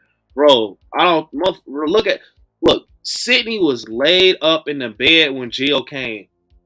And you remember what Jill said? Who are you? Michael fucking Myers. Remember what Jill said? She was laid up. She was aching. Sidney was aching off that shit. She was done. Lori was trying to get up out that bed, bro. She's like, I ain't done. I'm willing, like I told you. Lori be willing to die for that shit, man. I don't think Sidney's willing to die for it. I think she will get through the fight. I think she'll get through the fight. She definitely will. She ain't going to the point she drops. Nancy isn't either. Like, look, that's why I say, like, with Nancy, she's the brains. That's all I got to say about her. And I love what Jamie said earlier, that she's a sweetheart of horror. But she's just simply the smart one, bro. She found out the problem with the killer early. She nipped it in the bud early, and she passed the word on to other survivors in the future. In the first movie, she found out what Freddy was in the first movie. No final girl has done that. All fucking, Sidney got the reveal that it was Billy and Stu, but you didn't know someone was going to come creeping up a couple years later and be Ghostface also, the mother. You didn't know that. You didn't know that as people obsessed with it and people wants to get revenge in a Ghostface costume. Lori didn't know Michael was this certain force. She didn't know what she was dealing with at a point. She said, the more he kills, the more he transcends, and something can't be defeated with brute force. And then he's just the man, and which is true. But you know what I'm saying? She was kind of head all over the place. She didn't know what she was dealing with until they fought in the end. She's like, okay, I'm going to try this out. You're just a man. I'm going to kill your ass. Nancy was the only one who found it out, bro, in the beginning. That's why I said, don't look over Nancy, bro. She's smart as hell. And she's the first one to set up booby traps. And she's the first one to know the process, bro. In Dream Warriors, she was telling the Dream Warriors, like, this makes me want to watch it. By the way, Dream Warriors is my favorite Nightmare on Elm Street. I don't know if I ever told you guys that I love Dream Warriors. I love the intro. I love Tuesday Night. Love it, love it, love it. But yeah, man, you got to think. Knowing the process, telling them what to do, telling them how to handle it, and everything. And Lori, she didn't get to that point to like be able to tell people advice with dealing with this person until 2018. I mean, not 2018, H2O. With John, she's like, Halloween night, he's coming. You gotta, be careful and shit. Remember they had the scene, what the fuck are you think you doing? And she's saying basically he's not responsible for his mom. And she was trying, but I can't explain it. She was trying, but it wasn't,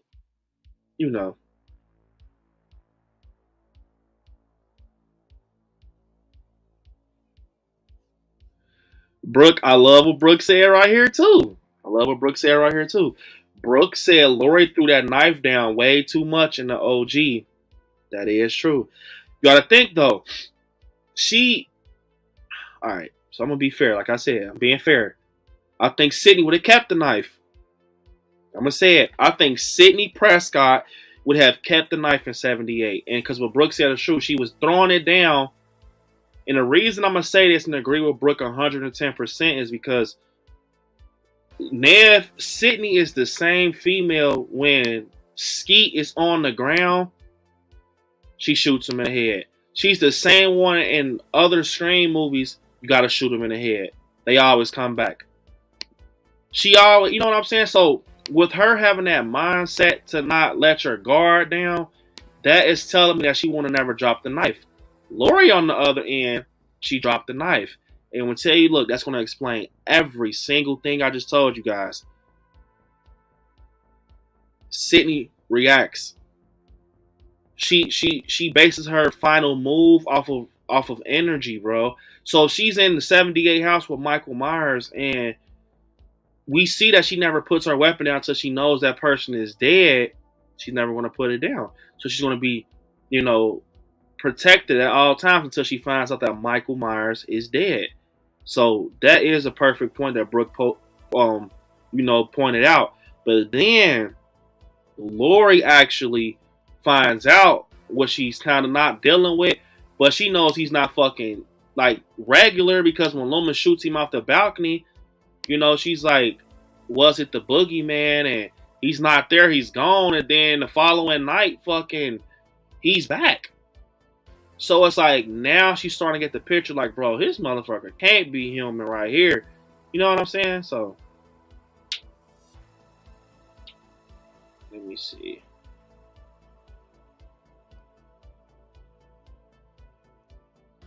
Let me see. What's up, my guy? My guy, Marcus, man. What's up, man?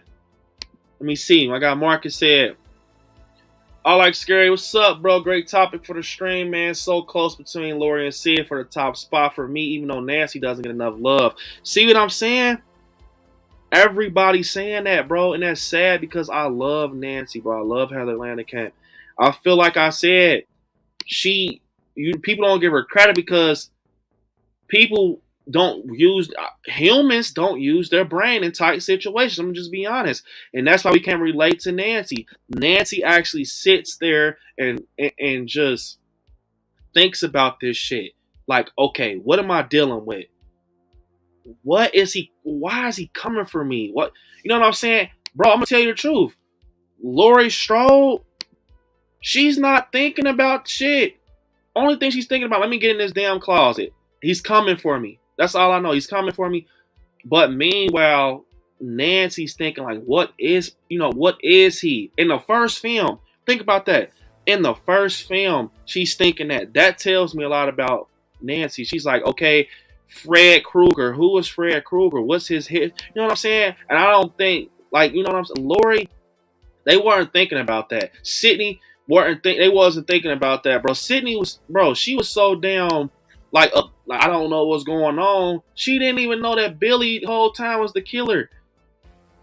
That's what I'm saying, bro. That's another thing that kind of makes Sydney like, Sydney doesn't have brains, bro. That's what I'm telling you. She doesn't think. Sydney doesn't think, man. She doesn't think. And then we have a new member of the I Like Scary channel. We have Kales Williams. You guys definitely help me out and welcome Kales to becoming a member of the I Like Scary family. I appreciate it, Kales. This means so much. We always love getting new members. I appreciate it. So for you, becoming a member of the channel, once again, is amazing. Super cool. So you guys definitely help me welcome Kales. Here's your video and welcome to the I Like Scary family. Here you go.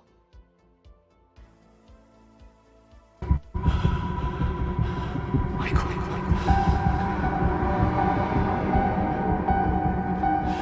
You've come home.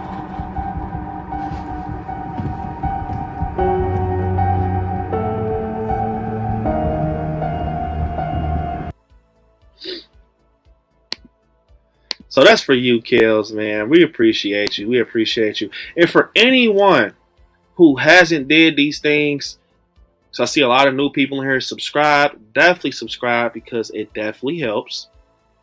Also, if you haven't became a member, definitely think about it, or a Patreon member. Definitely consider it. Put this video up to kind of get you guys thinking about becoming a channel member, because it definitely helps. I got some cool watch parties coming. I got some cool behind the scenes stuff I'm going to be posting throughout these few months. And I also want to say something about, behind the scenes with the ends mask.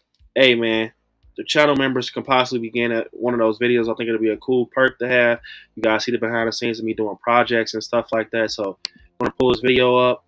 I think, the lowest package is just, helps. But if you want to do watch parties, definitely grab that Karen package. And here you guys go. Appreciate it. Throw this up to kind of...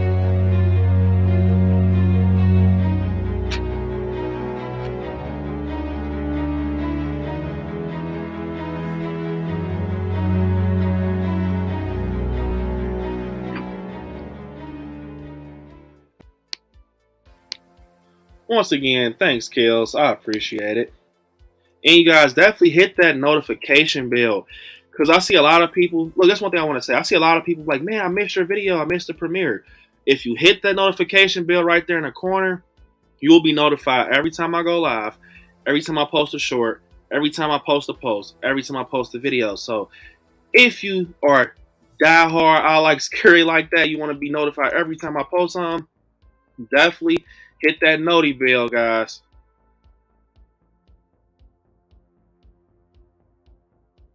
Let me see. And I will be adding you,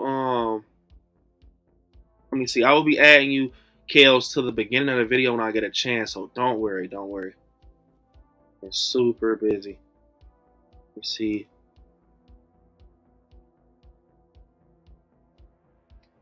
Brooke said, stab that like button. Definitely, you guys. Listen to Brooke, man. Stab that like button, you guys. We got 46. We're killing it. We're killing it. Kale said, will these final girls make it to the end against other villains? Ooh, that's a good question. So, Kale saying that basically, so when you say villains, do you mean like Art the Clown and Jason and, let me see, Jeepers Creepers? Hey, I ain't gonna lie, that's a great question, because I don't think a lot of them will make it up against like Jeepers Creepers or Pennywise is I think people can get, you got kids outsmarting Pennywise, even though I love them, but I really do think, Horror Fan 1988, Lily, appreciate you liking the live. I appreciate it so freaking much. Showing love, I appreciate it. Let me see.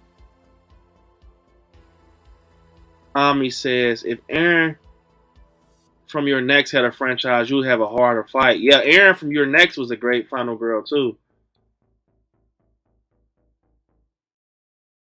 So you all comment down below. We're going to talk about performance, but for the next final girls, we're going to kind of do these to shine light on a lot. Would you guys be down for a final girl stream talking about the future final girls like Sam, Jenna Ortega, Allison? We can kind of, if you guys want to, incorporate Karen in there, we can bring Karen in there. But mainly, like Allison, Sam, Jenna Ortega, because they do a great job. I'm not gonna lie, man. I love Melissa Barrera, man. Like I said, for like future final girl, look, Melissa Barrera is my top 5. Melissa Barrera is my top 5. Bro, after that shit she did to Detective Bailey, man.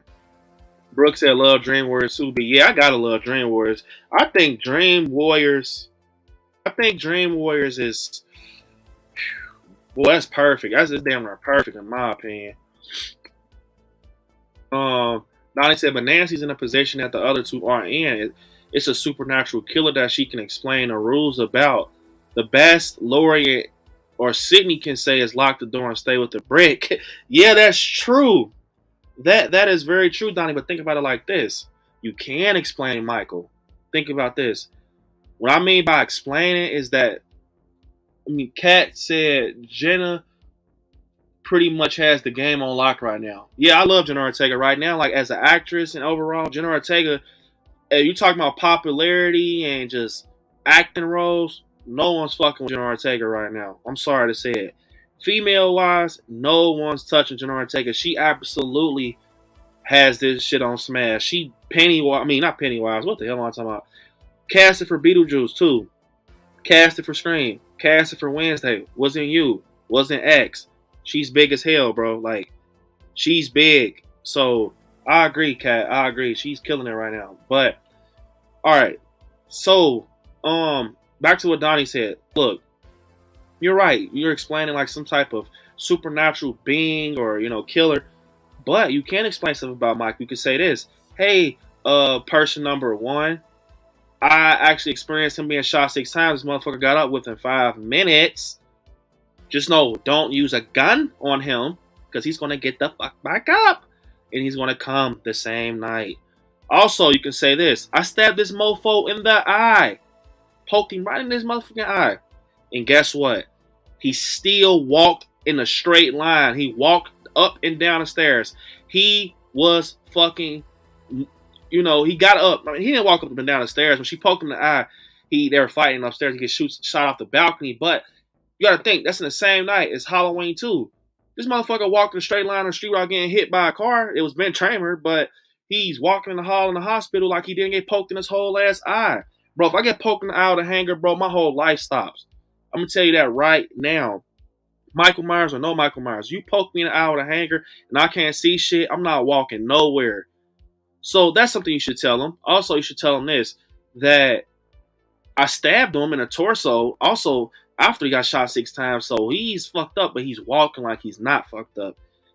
Second off, I saw him walk through a whole damn window like he's a T-1000. He's definitely dedicated to his target. Then, with Sydney, you can definitely say usually Ghostface is someone close. Like Dewey said, it's usually the love interest. You can say basically that usually they kind of run in duos.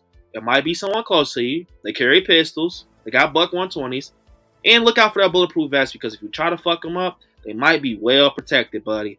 So you can definitely explain shit. Like, I don't think you was like, thinking about it like that, Don. Like, you could definitely tell the next person, like, hey, I dealt with this person, or I dealt with this essence, or whatever the fuck you want to say, this human, and they do this.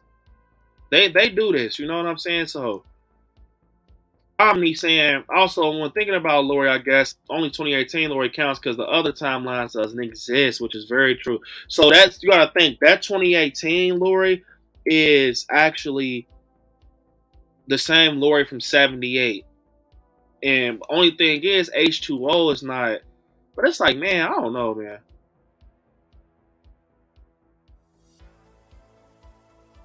Let me see. Kind of far behind on the chat. I'm just trying to make sure I get to everybody. I know I got Marcus saying, I like Scary. Yeah, bro. Plus, Nancy came back in 3 for smoke when she didn't have to. She literally sacrificed herself for others, not saying the others haven't, but not like Nancy. That's facts, LOL. Like, think about it. Like, think about it, Marcus, bro. Nancy didn't even know them. She came back, to help the group and sacrificed herself, bro. You know what I'm saying? She told me, hey, bro, this is what you gotta do with Freddy. You gotta, Sammy, don't fear him and stuff like that. And then she died for these mofos. Like, I understand. But it's like, man, Sydney ain't doing that. Bro, Sydney ain't doing that. She the same person. Look, when Sam came in a situation in Scream 5, she did, try to do some of heroic shit. Like, I put a tracker on her car. But she obviously don't give a fuck about Sam that much in Scream. I know they didn't get her and sign her on, but maybe y'all should have radio silence. Maybe y'all should have wrote that shit different because now it looks like she doesn't give it. Look, in Scream 7, if Scream 7 and if Nev comes back and she's like, hey, Sam, hey, Janara Ortega, hey, Tara, I love you so much. You're so cool. I'm so sorry. I'm here to help. I don't want to hear that shit because in Scream 6, she didn't give 2 fucks. She didn't give 2 fucks. She didn't come. She gathered hers. She got her kids and got the fuck out of Dodge and let Sam go up against Bailey and the other Baileys. She did not come for their rescue. But guess what? When Dewey was fucked and he got killed, guess who she came for? She came for Dewey. Now in Scream 7, right? Gail stabbed up and everything like that. Think about it. I guarantee she comes back for Gail. It's not going to be for Sam. Nancy, she came back. Sometimes to make a final girl it's about risking shit and taking care of the issue. Look at Lori. She was trying to help Karen. She was trying to help. One sec. Lily said, I think if Sydney would have seen the shrine, she probably would have lost her shit. Yeah, so you guys, Lily said on TikTok, you said she think if Sydney would have seen the shrine, she think that she would have lost her shit, which I agree.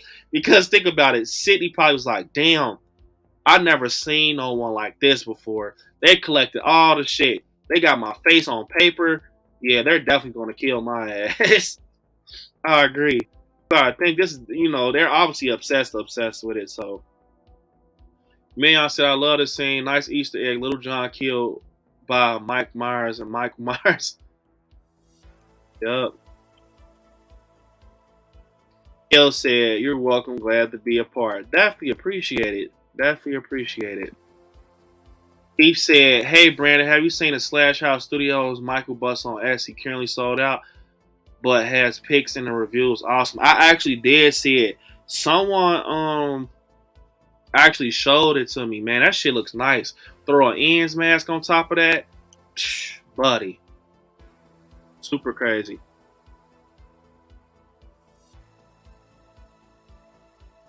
Yeah, Jeepers Creepers, I'm not gonna lie, man. Buddy, that shit, he's different now. You go up against someone like, the Creeper, man, you gotta have a team with you because he's different. He's different. Jeepers Creepers is very different.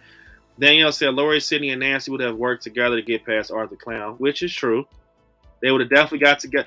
But one thing I will say, man, Art is damn near like Michael, man. He took some shots and still, he stabbed in the eye and shit. He's still getting up, and he's definitely supernatural because Damien Leone already confirmed that he's supernatural. Million said a guy here in Philly was shot 20 times, got up and walked 2 miles to the hospital out today. Hey, buddy, ask him for an ID. That boy might be Michael Myers. That boy might be Michael Myers, boy. I don't know what the hell going on. 20 times? Fuck getting shot 6 times. He said I got shot 20 times. So, you guys, let's talk about performance out of these three. Who do you feel gave the best performance overall through the whole franchise? All timelines, all films, best overall executed performance. Who performance do you enjoy more? I'm not talking about just the final act. I'm talking about all around. Opening act, middle act, just character build, their story, the things that they overcame. Who do you feel has a great story? Now, don't get me wrong, I love all their stories, Sydney, Nancy, and Lori, but who do you feel had a great coming-of-age story? Like, okay, they got over their problem, and, Lori, unfortunately, hers is over. Like, who just had the better overall story with the execution behind it? That's not a rule, B. There are the things to do specifically to kind of weaken Freddy. Keep a flamethrower on deck. Don't go to sleep. So on Michael, it kind of stops at that's no mortal. I mean, yeah, that's true. But after Halloween ends, her just slicing his neck, it's like, does that really kind of play? Because it's like he actually is just a man. He's just really he's a force though. Like he's one of them. Michael's one of them. He's taking shots. Like Million said, he's just one of those guys that got lucky, and he just pushes forward. So it's not like he's a force. Judy said, at this point, I wouldn't want to see Sid come out for Scream 7. Scream 6 was perfect without a storyline, which is very, true. I know a lot of people out there saying that Sydney's story is over. But one thing I will say is that I would love to see Sydney come back, but I could definitely do a Scream film. Now that I've seen how Melissa Barrera and Jenna Ortega carried Scream, I definitely think that we can go without Sydney. But I will say this. If you're going to wrap things up with Sydney Prescott, you have to give her flowers. You cannot just leave. She's not just anybody. She's not Kirby. I'm not saying Kirby's anybody, but you can just let Kirby walk off and people will accept it. Okay, Hayden, Panettiere, she's walked off set. It's over. That was her last film. She's not coming back. I think people have questions, but they won't be upset. But now, if you just write off Sydney, like, okay, she went to take the kids and put them off in the safe place, and boom, no more Sydney. That's bad, man, because she is just as big as Ghostface, you know. And it's not. I wouldn't say that it's Radio Silence's fault. It's more of what the past Scream films did. You never lost Sydney in none of these films. She's never missed a Scream film until this year. So it's like, you really can't just write her off now. You really just can't write her off. You just can't do it. It's like, I feel like it's almost along the lines of, you got to give her flowers or it's going to be fucked. But I agree with you. I don't think we need her for 7, but when are you going to give her flowers? Bro, Lori and Keels was ready to sacrifice herself, same in 2018 ends. That's one thing. So I think we can look. I think we overall came that survival wise, Lori takes the win. And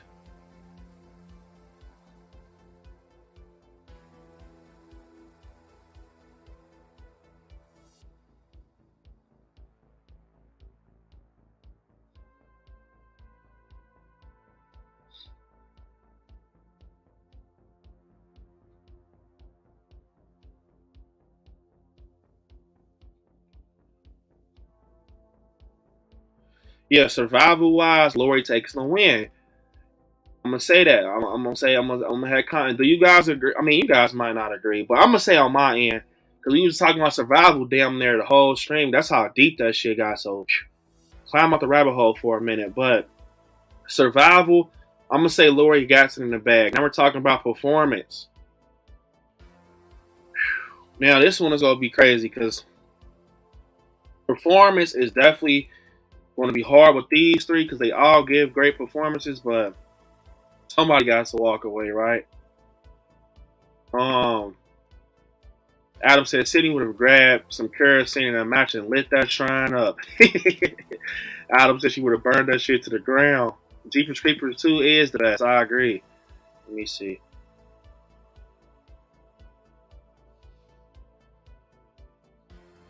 We got 47 likes, you all. If you haven't smashed that like button. Let me see. By the Love Fest.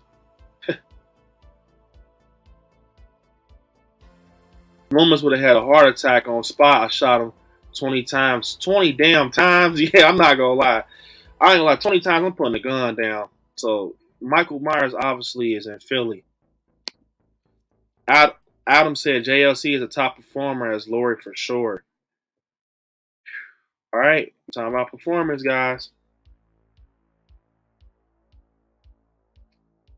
Certain things I love, scenes. All right, let's look. So performance, I'm gonna say this, you guys. Nancy, she didn't have enough films. Like, she did do great in the original Nightmare. Well, I mean, she did. Matter of fact, yeah, she had a New Nightmare. She had Dream Warriors. And she had, original Nightmare on Elm Street. Now, she did give a good performance. But I'm going to just say it straight out. Her character in certain moments kind of fell low for me, man. They just did. Her character fell low for me in certain moments. And the only reason I'm going to say it fell low is because we are going up against two big names right now that executes everything they do as their character. Sydney and Laurie Strode. So Nancy obviously on performance. I'm not taking anything away from Nancy because she's great at what she does. And I love Heather Landekamp. But up against Laurie and Sydney, and I think, Heather Landekamp will understand. But I just think it's just not that. It's that level of performance that these two have. I think it's unmatched, bro. So I'm going to say that now it's down to like Laurie and Sydney. And what I'm going to say is this. Since Halloween 78, guys, and I'm talking about convincing me that she was a teenager in high school that was looking for love and she wanted to get laid and all of this stuff. A lot of people don't think about that with Laurie, but when you're deep in the Halloween franchise, I'm going to tell you the truth. Laurie was looking for a lot of things. You know, she's trying to get she wants the guy friend. Obviously, she like Ben Tramer. She saw PJ and, you know, Annie. They're getting laid, and she wanted to get laid. She was kind of like just a babysitter, and that's why I love Laurie Strode so much, because some people don't look at it like that, and I do. Her character, you know, she started as a teenager, a babysitter. You know, back in the day, people used to babysit kids, and she just started as a realistic female, a teenage female. And think about it.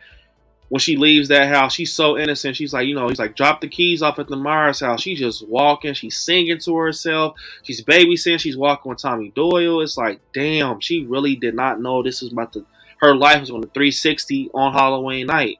And I think that the way they set her character up, it was very real. Like, you got to think, Tommy was telling them that basically, you know, the boogeyman is real. The boogeyman is real and everything. She's listening whole time. Look, if you think about it, you are the real MVP of the whole Halloween franchise. I always said this, and it's not, you know, something you could take serious. This is just me, you know, playing around as a Halloween fan. But bro, look, the real MVP is Tommy Doyle.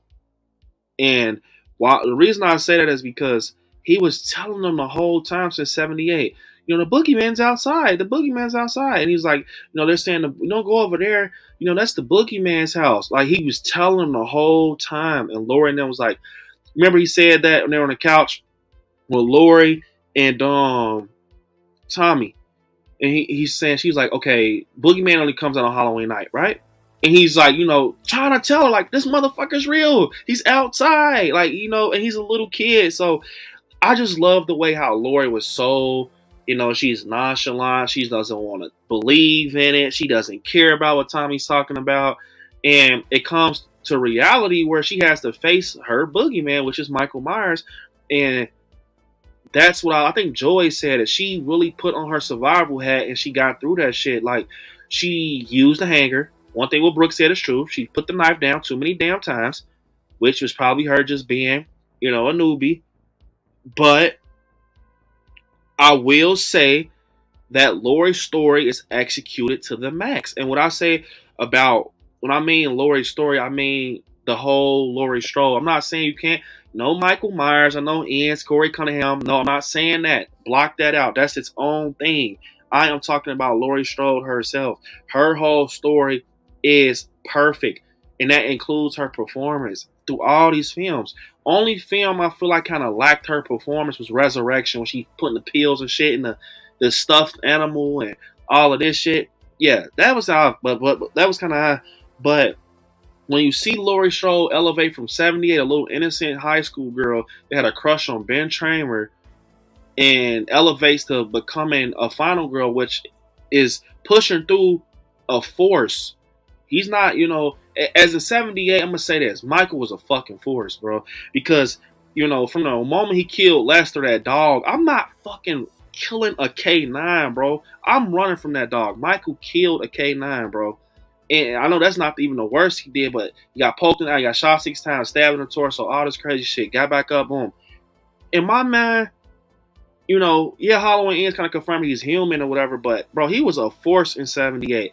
In Halloween 2, I know it's not incorporated in the trilogy timeline. He was a force for sure.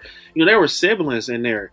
So, even down to, let me get to Sydney's performance too, but even down to Laurie's performance in Halloween 2, I don't know, bro. She's just like, she's running. She's scared as a teenager.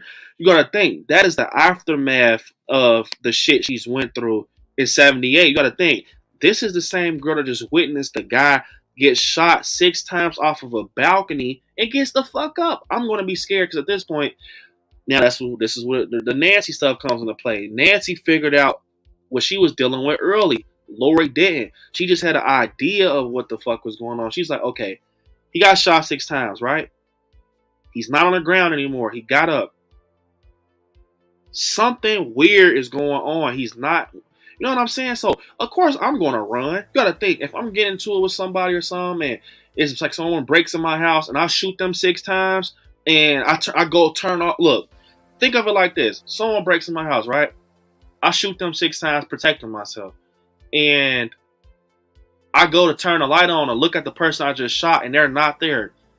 Bro, next time I see that person, I am going to fucking run because, yeah, like what Million said is true. Someone got in Philly got shot 20 times. Bro, that motherfucker must have been sitting on a clover or had a gold coin stuck up his ass because he's a lucky person. He needs to praise God, bro. Seriously. But I feel like all reality, bro, I would have did what Lori did in Halloween 2. I would have ran, bro. I don't know.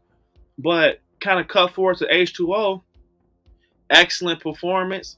You know, she's turned into like an alcoholic, dealing with stuff from her past. She comes out and she just really kill Michael and get this shit over with. In 2018, the whole trilogy, man, I don't gotta talk about that because that kind of it comes full circle with the trilogy because the reason I like the trilogy with Lori is because it kind of explains her. It kind of explains her in 78 more. I feel like the trilogy helped explain Lori's character more. You know what I'm saying? And with Sydney, now let's get to Sydney. One thing I would say with Sydney is that she was similar to Lori. And that's me talking about her performance, you guys. Also, me going through that little timeline with her, that's all her performance. That's all. Because with performers, you got to convince me that you are a 18-year-old girl in Haddonfield or whatever you want to say. And you used to babysit, and she did that. You know, that's all about performance and execution, bro. Because some people fall short with their the whole time, bro.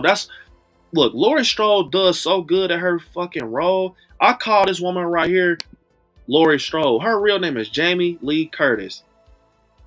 Do you hear me? That explains her performance right there. Let me tell you that. And everybody in the chat, I know you agree with me. I know you fucking agree with me. Don't knock a sport. Look, her name is Jamie Lee Curtis. How many times do you call Jamie Lee Curtis Laurie Strode out the year? Think about that. Seriously, think about that. And that's going to tell you that she is overall possibly the better, well, she is in my eyes the better performer out of the Final Girls. Because think about it. Jamie Lee Curtis is known for multiple things. Freaky Friday, Terror Train, Freaky Friday, True Lies. And she just does, you know, she's big as an actress. I mean, I'll call her Jamie Lee Curtis sometimes, but it's like we call her Laurie Strode. Because and Jamie Lee Curtis actually said that in a documentary or behind the scenes scene. She has said that she is Laurie Strode. She is, bro. Like, it's crazy because when you think about it, we don't even call her Jamie Lee Curtis. We call her Laurie Strode. Neve Campbell, same thing. I'll call Neve Campbell Sydney Prescott sometimes, but one thing to hop over to Sydney, I'm gonna say this.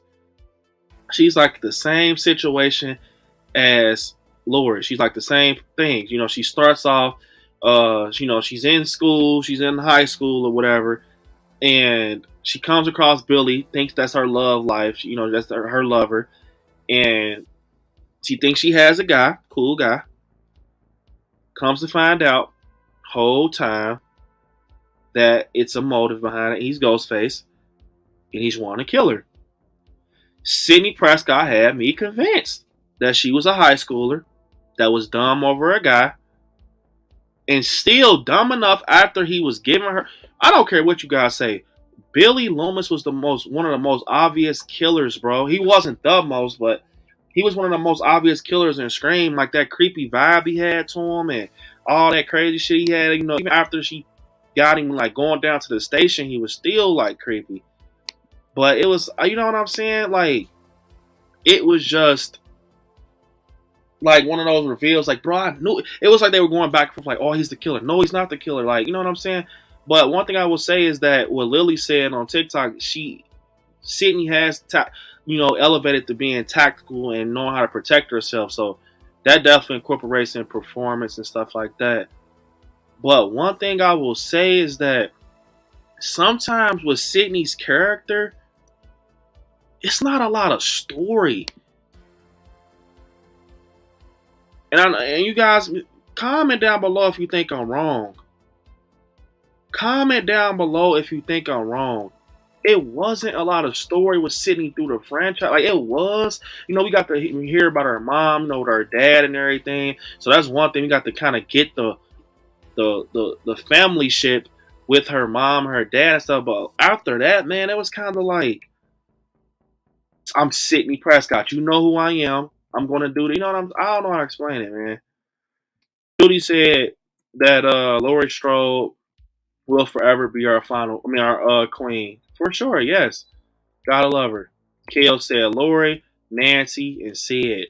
Got Nancy in front of Sydney. That's very interesting. Lori, Sydney, and Nancy. Let me see.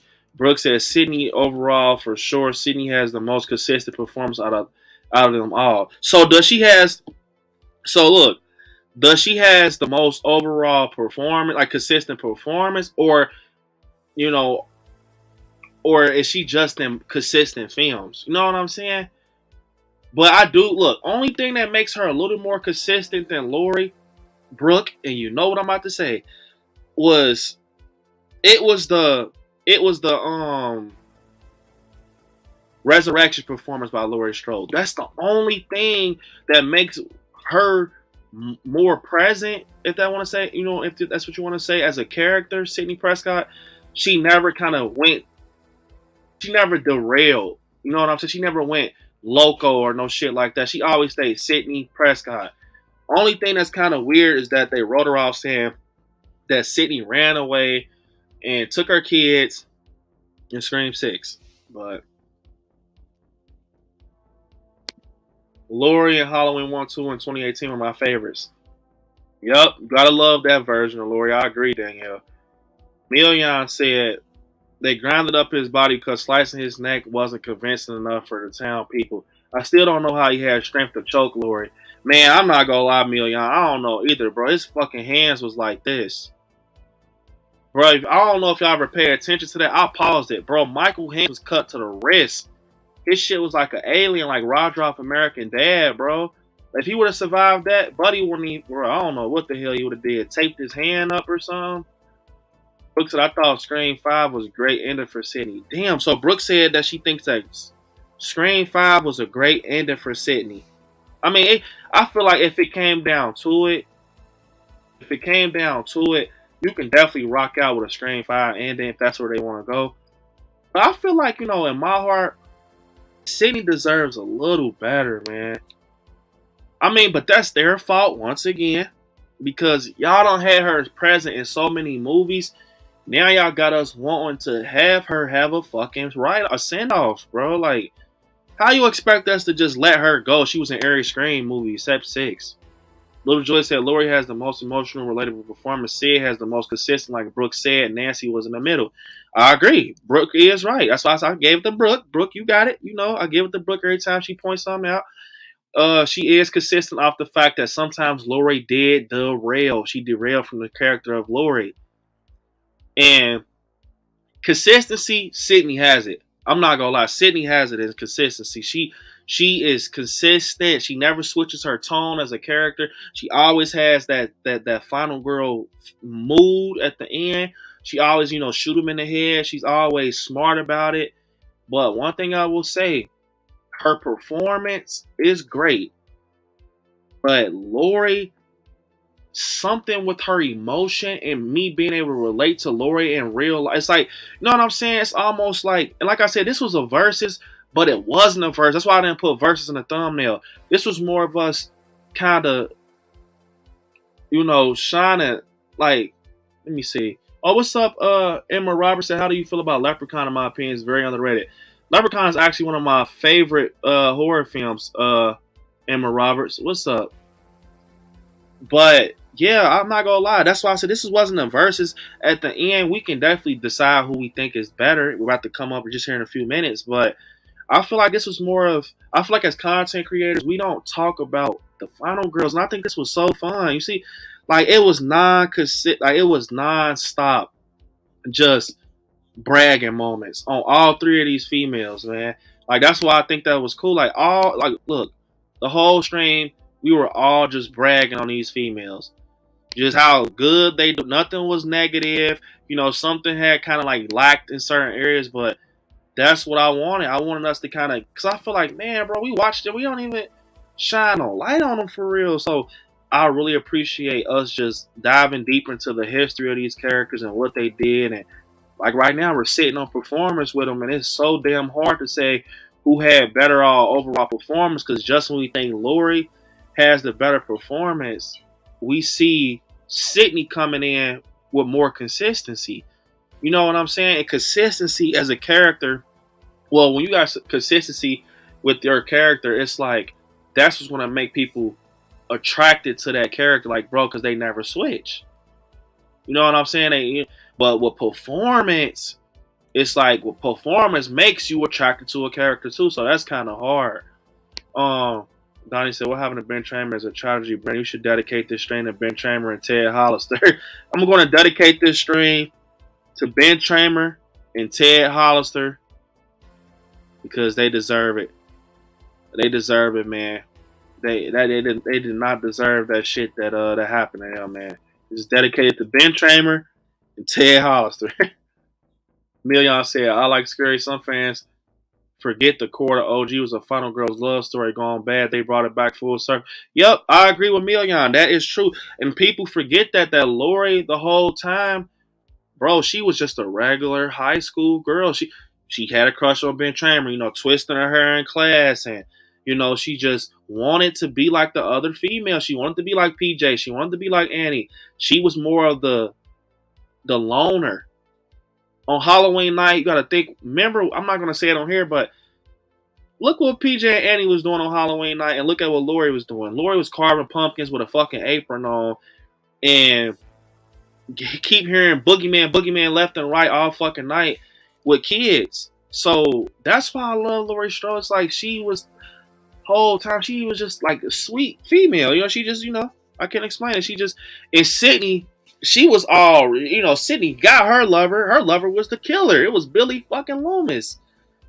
And I think what makes it performance for me with Lori, I'm going to pick Lori for performance, you guys, is because you got to think Lori had to do multiple emotions through her performance. Sydney, she did, but she didn't have to have as much on her back as a performer. You know, I feel like Lori Strode, she had to capture, hey, I never got that guy that I wanted.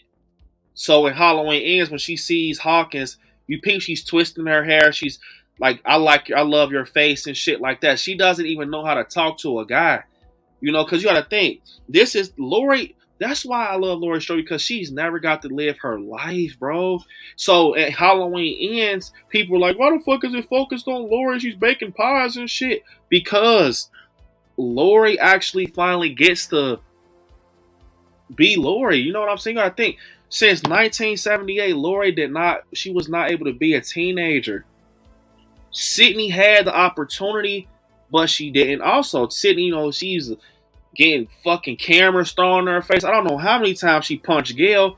You guys in the chat, I will fucking be shocked if you could tell me how many times Sydney cracked Gail. You know, how many times, matter of fact, no, that's too easy. How many times did Gail get punched in the Scream franchise? Because fuck.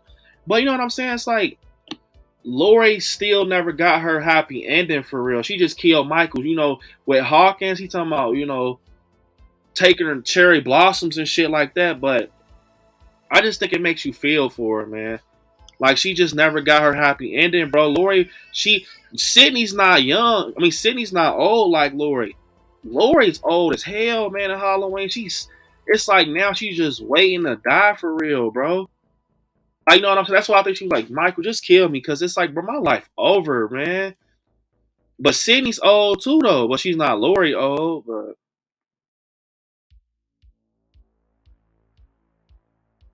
Judy said, I wonder if Nev watched Scream 6. Yeah, she actually did. She said that she actually enjoyed it. She enjoyed it. Radio Silence had posted about it. Keel's performance by Lori was weak, but I guess that's the writing. And Sydney wasn't in Scream 6 only because they didn't pay her. She would have been there, which is very true what Brooke said. Sydney would have definitely been in Scream 6. It was because they didn't get her that moolah. And what Brooke said with Lori and Keels, Lori just wasn't present enough. I mean, I know she's in the hospital, but I agree with you. It wasn't like you couldn't squeeze enough out of Lori because she was on bed rest. She was on bed rest. So I agree, Brooke. I see why you don't. But we could skip over Keels. So overall, you guys, talking about performance and survival, execution, and everything. Who would you guys say is overall? Because we're about to end off here. We don't have to pick though. This is not as serious as Michael versus. I mean, this is not as serious as Scream versus the Halloween franchise. Who do you feel is overall the better final girl? Who is overall the better final girl? I feel like Sydney has it with consistency. Lori has a better performance to a certain extent, but Sydney's on her ass. Survival, I'm going to have to give that to Lori. And for me, man, I love Sydney. I really do, man. I love Sydney Prescott. She's my second favorite. I love Nancy. I love Nancy, man. I really do. Heather Landekamp, man, she's so fucking underrated. I'll say it a million times. Lily on TikTok said, gotta go with the OG Lori. I love Sid, but Lori will always be my OG. You guys, after talking tonight, we did it fair. One thing I would say is I'm going to go with Lori as overall the best final girl. But I want to say this. Sydney is not far away. Sydney is not far away. And the reason I'm saying that is because it was so hard. Like when I sit here and have this in front of me like I just had tonight, I really do think that it was harder than what I thought. I think, like, Lori's my all-time favorite final girl just for my reasons. But when I just sat here and I had, I'm gonna tell you who was actually had enough for her girl was she still Brooke. Here she go. Look, Brooke threw it in there. Sydney. I know Brooke rocks with Sydney. And like I said, it's always cool with Brooke because one thing with Brooke, she's gonna state that opinion. She's gonna push that shit out there. And she's gonna say how she feels, man. I think that's so cool. Because like I said, I don't know how many times I can make it a point to say all opinions are welcome, man. Like, if you say something opposite for me, man, I still love you. It doesn't got shit to do. We're all having fun here. This is what we like and we enjoy. So, I really do think that this was great. We got Cam saying Lori, Danielle saying Lori. I know Brooke got Sydney, which is freaking close as hell. Gail Willis got punched twice by Sydney, once by Tara. got her ass cracked. LOL in memoriam in the new title of this stream. Gotta go with Lori.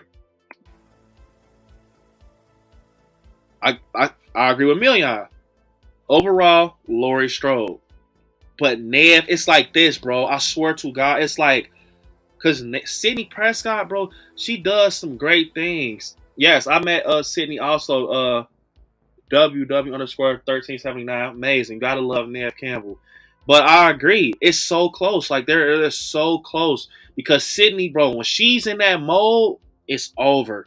When she's in that, you guys know what I'm talking about. When Sydney's in that mode, like, sometimes she starts out like she's kind of, like, I don't, like, it's like she, like, girl, you done been through, like, this shit, like, 7 times. I mean, not 7 times.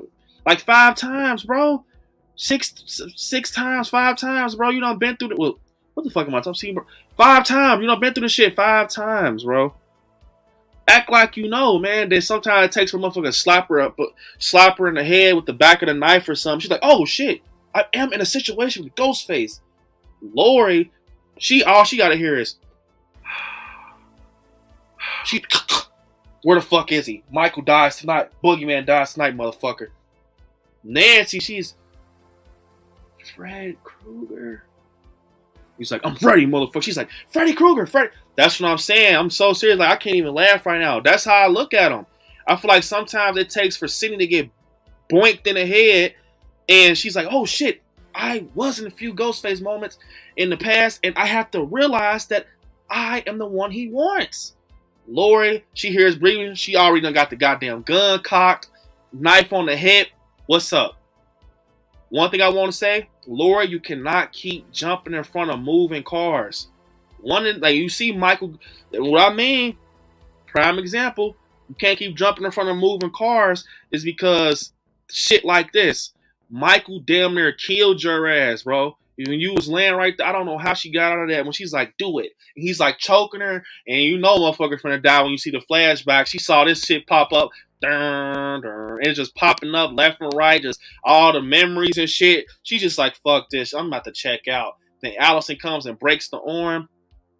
Nev, on the other end, she's just like, she needs to start doing shit like off early, man. Look, if I'm Nev Campbell, I would have been done shot girl. I would have been done shot Gail on accident. Cause at this point, I can't trust nobody. That's what I need out of. That's what I need out of Sydney.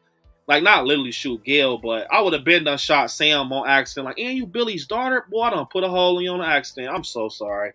Like, you know what I'm saying? In all reality, it's like, bro, you gotta be on that, bro. When you fucking with Ghostface and stuff like that, because it could be anybody. So if I was Sydney, bro, I would have been done shot Sam in the foot, stabbed her in the ass. Like, bro, I don't care. Like, I can't trust nobody. I just can't. But you know what I'm saying? At the end of the day, it's not about who won. It's about showing these women, you know, some love, man. Because at the end of the day, I love all three of them. They're my childhood. They're all my favorites. You know, they're all my, like, right. I don't, Friday the 13th and everything, that's cool. But like mainline horror, I'm gonna go with Lori, Sydney, and Nancy for top three. Because they're the Trinity, bro. They're the Holy Trinity. Are you mad, Sydney? I'm not mad. I like the, you know, WW. I'm a diehard Halloween fan too, man. Lori on top. But it was close. Yeah, you guys in the chat, man. Y'all know, Million Joy. It was close. It's still close, bro. It's like, it's one of those things, like, sometimes you might feel like Sydney, you know, kind of got something over Lori. Or it's like one of those things you can't even, you know, decide for real. Brooke says, Sydney is my favorite final girl, but Lori is my second. It's close. I know, Brooke, man. Brooke is best of both worlds. I know you die her. I remember you hit me up after the Scream versus Halloween stream. He was like, hey, B, I ain't gonna lie. Well, it's almost like Brooke, like, once you enter the stream, it was like, damn, bro. It was almost like Brooke, like, when she got off the stream, she was like, fuck, I picked Scream, but I do love Halloween. Let me go tell B, bro, that I fuck with Halloween too. Cause I know, bro, when I got the message, Brooke, I swear I was laying down, I cracked up. Because I was thinking that, like, bro, I wonder if Brooke was like, damn, bro, it's hard to pick. Let me just kind of slide that out there to be like, yeah, man, I really do fuck with Halloween too. Like, I was laughing, Brooke, when you sent me that, because that's how I felt too. It's like, it's hard to pick. It is very hard. It's hard. I really think it is. Daniel said I had a great time. I know it's been a while, but work happens. LOL. Thank you all for having me. Have a great night. Stay scared. Definitely, Danielle. It's always fun. I mean, you know, you're OG. You OG, Daniel. It's okay, man. Take care of life. We always appreciate you having fun and rocking out with us in the stream. Allison Sather, that is true. Joy said, before we end the stream, ooh, my God, Joy has became a member of the Karen package. Hell yeah, Joy. I appreciate it, bro. My guy Joy's been rocking out. Grab that Karen package member, man. I appreciate it. Joy, you know how it is, bro. I really appreciate everything you do, man. Down to getting, you know, the custom items from me and everything. You support the hell out of me. And like I said, my guy Joy, diehard Halloween fan like me, bro. So love little Joy, man. Super cool, man. And I appreciate it, bro. Seriously, I appreciate this, man. And I'm going to give you your video. You're welcome to becoming a member. You guys definitely helped me welcome my guy Joy to becoming a member of the channel. Here you go, Joy, man. Appreciate it.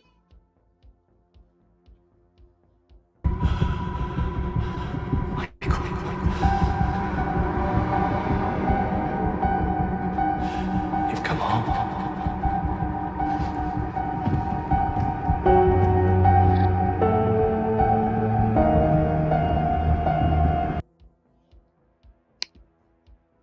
That's for my guy Joy, man. Appreciate it, Joy. You guys, my guy Joy is a member, man. And Joy, don't forget, next week got that watch party at 8. Annabelle comes home, man. It's going to be good. Got my guy Horace Life, man. Hell yeah, bro. I got to meet my guy last week at Horror Hound. Chopped it up, man. That shit was cool, bro. Saying Horror's Life's Up, Brandon, everyone. Final Girl stream. Oh, it's lit. Yeah, man. We've been in here digging that. Nancy, Lori, and Sydney, man. Hope you had fun at Horror Hound too, man. That shit was packed.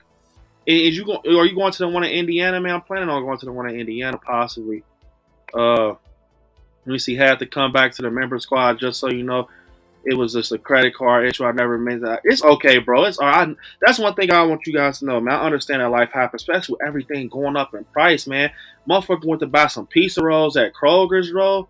God damn, man. Like, since when pizza rolls get that high, man? Come on, man. I'm not finna be paying no fucking $20 for no Hot Pocket and shit like that, bro. I'm motherfucker paying $20 for Hot Pockets and shit, man. The world is getting bad, y'all. Be tight out there. Be safe, boy. This shit getting bad. But I understand though, all reality, Joy. I know how life is, bro. Seriously, man. It's okay. As long as you guys rock down the chat, man, means a lot. But that definitely helps. I really mean it.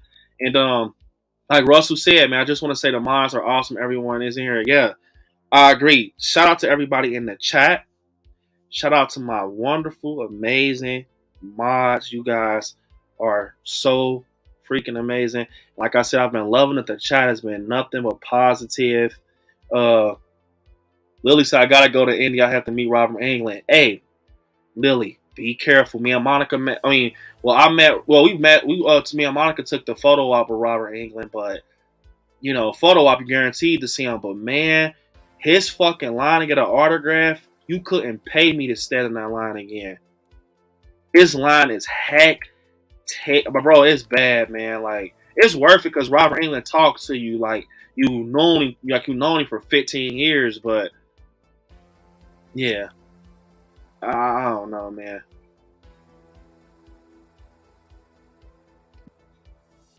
Let me see. You guys, I got to see Evil Dead Rise, man. Check out the spoiler-free review. There's no spoilers in that review. Go check it out. It's up right now on the channel. Also, I think you guys will love Evil Dead Rise. I cannot say anything spoilery until the embargo lifts. But you guys will enjoy it for sure. But unfortunately, you all, this is the end of the freaking Amazing Stream. At the end of the day, man, like I said, these three females are amazing. Sydney Prescott, Nancy, Laurie Strode. They are amazing. We love them, right? We love them. And it was so cool to talk about their performance. Brooke said, great stream tonight. B, love this channel and this community. Good night, everyone. Much love to you all. And guess what, Brooke? We love you more. We love you more, and we appreciate you, Brooke, for rocking out with us tonight. And like I said, guys, I got some cool streams coming up. You know, bringing both crowds together. That's all I can say. Bringing both crowds together. You know, from horror films. It's going to be cool. Little Joy says, like, once you think Brandon can't outdo a stream, man, he always delivers banger streams and vids.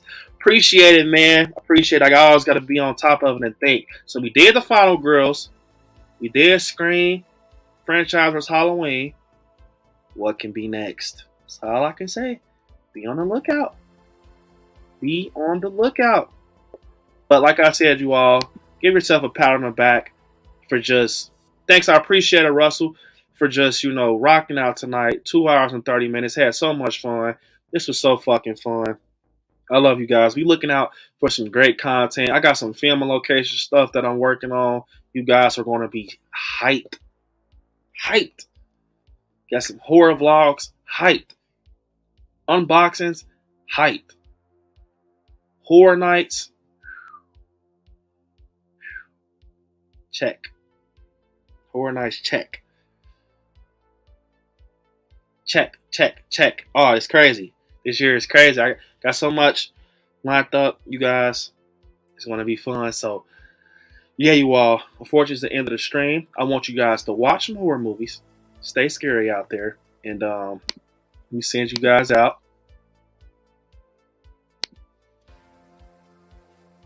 I love you all. Peace. Till next time, guys. See you later.